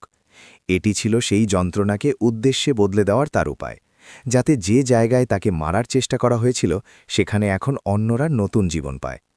সে নিজের জন্য শহরের বাইরের দিকে অবস্থিত নিজের পৈতৃক বাড়িটিকে বেছে নিল, যা ছোট ছিল কিন্তু স্মৃতি আর ইতিবাচক শক্তিতে ভরপুর ছিল। রামু কাকা আর অন্যান্য পুরনো চাকরদের, যাদের রোহান বের করে দিয়েছিল, অনন্যা তাদের ফিরিয়ে আনল আর তাদের সম্মানজনক বেতনের সাথে নিজের নতুন বাড়িতে কাজে রাখল। অনন্যা যখন নিজের পৈতৃক বাড়ির বারান্দায় বসে চা খাচ্ছিল, তখন সে এক অদ্ভুত শান্তির অনুভব করল, যা সে বহু বছর পায়নি। এটি কোনো কৃত্রিম সাজসজ্জা ছিল না, কোনো ষড়যন্ত্র ছিল না, ছিল শুধু প্রকৃতির আওয়াজ আর বিশ্বস্ত মানুষদের সান্নিধ্য। সে নিজের লাঠিটিকে একপাশে সরিয়ে রাখল এবং নিজের পা ছড়ানোর চেষ্টা করল, যা এখন ফিজিওথেরাপির কারণে দ্রুত ঠিক হচ্ছিল। ডাক্তার বলেছিলেন যে কয়েক মাসের মধ্যেই সে কোনো সাহায্য ছাড়াই দৌড়াতে পারবে, কিন্তু অনন্যা জানত যে আসল শক্তি তার পায়ে নেই, তার সংকল্পে ছিল। সময় নিজের গতিতে বয়ে চলল, আর 1 বছরের ভেতরেই সিংহানিয়া গ্রুপ সাফল্যের নতুন মাইলফল স্থাপন করল। অনন্যার নেতৃত্ব দেওয়ার ধরন এখন আরও বেশি অন্তর্ভুক্তিমূলক আর দূরদর্শী হয়ে উঠেছিল, কারণ সে অসহায়ত্বকে খুব কাছ থেকে দেখেছিল। সে কোম্পানির নীতিতে পরিবর্তন আনল এবং বিশেষভাবে সক্ষম মানুষদের জন্য কর্মসংস্থানের সুযোগ তৈরি করল। মিডিয়া, যা এক সময় তার অসুস্থতা আর অসহায়ত্বের খবর ছাপাত, এখন তাকে দ্য ফিনিক্স বলছিল, সেই পাখি যে নিজের ছাই থেকেই জেগে ওঠে। অনন্যা অনেক আন্তর্জাতিক মঞ্চে নিজের অভিজ্ঞতা শেয়ার করল, কিন্তু সে কখনো রোহান বা মীরার নাম নিল না, কারণ সে তাদের নিজের বর্তমানের অংশ বানাতে চাইছিল না। একদিন অনন্যা যখন নিজের অফিসে বসে একটি গুরুত্বপূর্ণ চুক্তি স্বাক্ষর করছিল, তখন সে জেল থেকে একটি চিঠি পেল। এটি রোহানের ছিল, যাতে সে ক্ষমার ভিক্ষা চেয়েছিল আর দেখা করার ইচ্ছা প্রকাশ করেছিল। অনন্যা খামটি না খুলেই আবর্জনার বাক্সে ফেলে দিল। সে অনুভব করল যে ক্ষমা তাদের দেওয়া হয় যারা নিজেদের ভুল স্বীকার করে, তাদের নয় যারা ধরা পড়ার পর অনুশোচনা করে। তার কাছে রোহান এখন অস্তিত্বহীন ছিল, একটি দুঃস্বপ্ন যাকে সে ঘুম থেকে ওঠার পর ভুলে গিয়েছিল। সে নিজের সেক্রেটারিকে ডাকল আর বলল যে ভবিষ্যতে এরকম কোনো ডাক যেন তার কাছে পৌঁছানো না হয়। এটি তার মানসিক দৃঢ়তার প্রমাণ ছিল যে সে এখন অতীতের ভূতকে নিজের ওপর প্রভাব ফেলতে দেবে না। অনন্যা নিজের জীবনে ভারসাম্য পুনরায় খুঁজে পেয়েছিল, যেখানে কাজ আর ব্যক্তিগত জীবন উভয়েরই গুরুত্ব ছিল। সে এখন ছুটির দিনে অনাথাশ্রমে যেত, বাচ্চাদের সাথে সময় কাটাত আর নিজের পুনর্বাসন কেন্দ্র পরিদর্শনে যেত। সেখানে রোগীদের সুস্থ হতে দেখে সে যে আনন্দ পেত, তা যেই কোনো বিজনেস ডিলের চেয়ে বড় ছিল। সে অনুভব করল যে তার পঙ্গুত্বের সেই সময়টি তাকে এক নতুন দৃষ্টি দিয়েছিল। এটি তাকে শিখিয়েছিল যে জীবন কতটা ক্ষণস্থায়ী আর সম্পর্কগুলো কতটা নাজুক হয়। সে এখন মানুষদের চিনতে শিখে গিয়েছিল। সে এখন মিষ্টি কথায় নয়, বরং কাজের ওপর বিশ্বাস করত। তার মন এখনও কোমল ছিল, কিন্তু তার চারপাশে এখন অভিজ্ঞতার এক মজবুত দেয়াল ছিল। এক সন্ধ্যায় সে নিজের পৈতৃক বাড়ির ছাদে দাঁড়িয়ে ডুবন্ত সূর্যকে দেখছিল। আকাশে কমলা আর বেগুনি রং ছড়িয়েছিল। বিক্রম তার কাছে এলো আর জানালো যে গ্রামীণ মহিলাদের প্রজেক্ট প্রথম বছরেই রেকর্ড মুনাফা অর্জন করেছে আর হাজার হাজার ঘরে সচ্ছলতা এসেছে। অনন্যা হাসল, এক এমন হাসি যা তার চোখ পর্যন্ত পৌঁছাচ্ছিল। সে ভাবল, যদি সেই দুর্ঘটনা না হতো তবে হয়তো সে কখনোই জানতে পারত না যে তার আশেপাশে কে আসল আর কে নকল। সেই ট্র্যাজেডি তাকে ভেঙেছিল ঠিকই, কিন্তু তাকে পুনরায় এক উন্নত কাঠামোয় গড়ে দিয়েছিল। সে দীর্ঘশ্বাস নিল আর অনুভব করল যে সে এখন পর্যন্ত সবথেকে স্বাধীন আর শক্তিশালী অবস্থায় আছে। গল্পের সমাপ্তি এক নতুন শুরুর সাথে হচ্ছিল, যেখানে অনন্যা শুধু একজন সফল সিইও নয়, বরং এক অনুপ্রেরণার উৎস হয়ে উঠেছিল। সে দুনিয়াকে দেখালো যে একজন নারীকে হারানো যেতে পারে, তাকে আঘাত করা যেতে পারে, কিন্তু তার ইচ্ছা শক্তিকে ভাঙা যায় না। সে প্রমাণ করে দিয়েছিল যে আসল পঙ্গুত্ব শরীরে নয়, বরং সেই মানুষদের মনে থাকে যারা অন্যদের দুর্বল মনে করে আর তাদের সুযোগ নেয়। অনন্যা সিংঘানিয়া এখন নিজের জীবনের লেখিকা নিজে ছিল, আর তার গল্পের পরবর্তী অধ্যায় আশা, শক্তি আর বিজয়ের ছিল। অন্ধকার কেটে গিয়েছিল, আর এখন শুধু আলো আর আলো।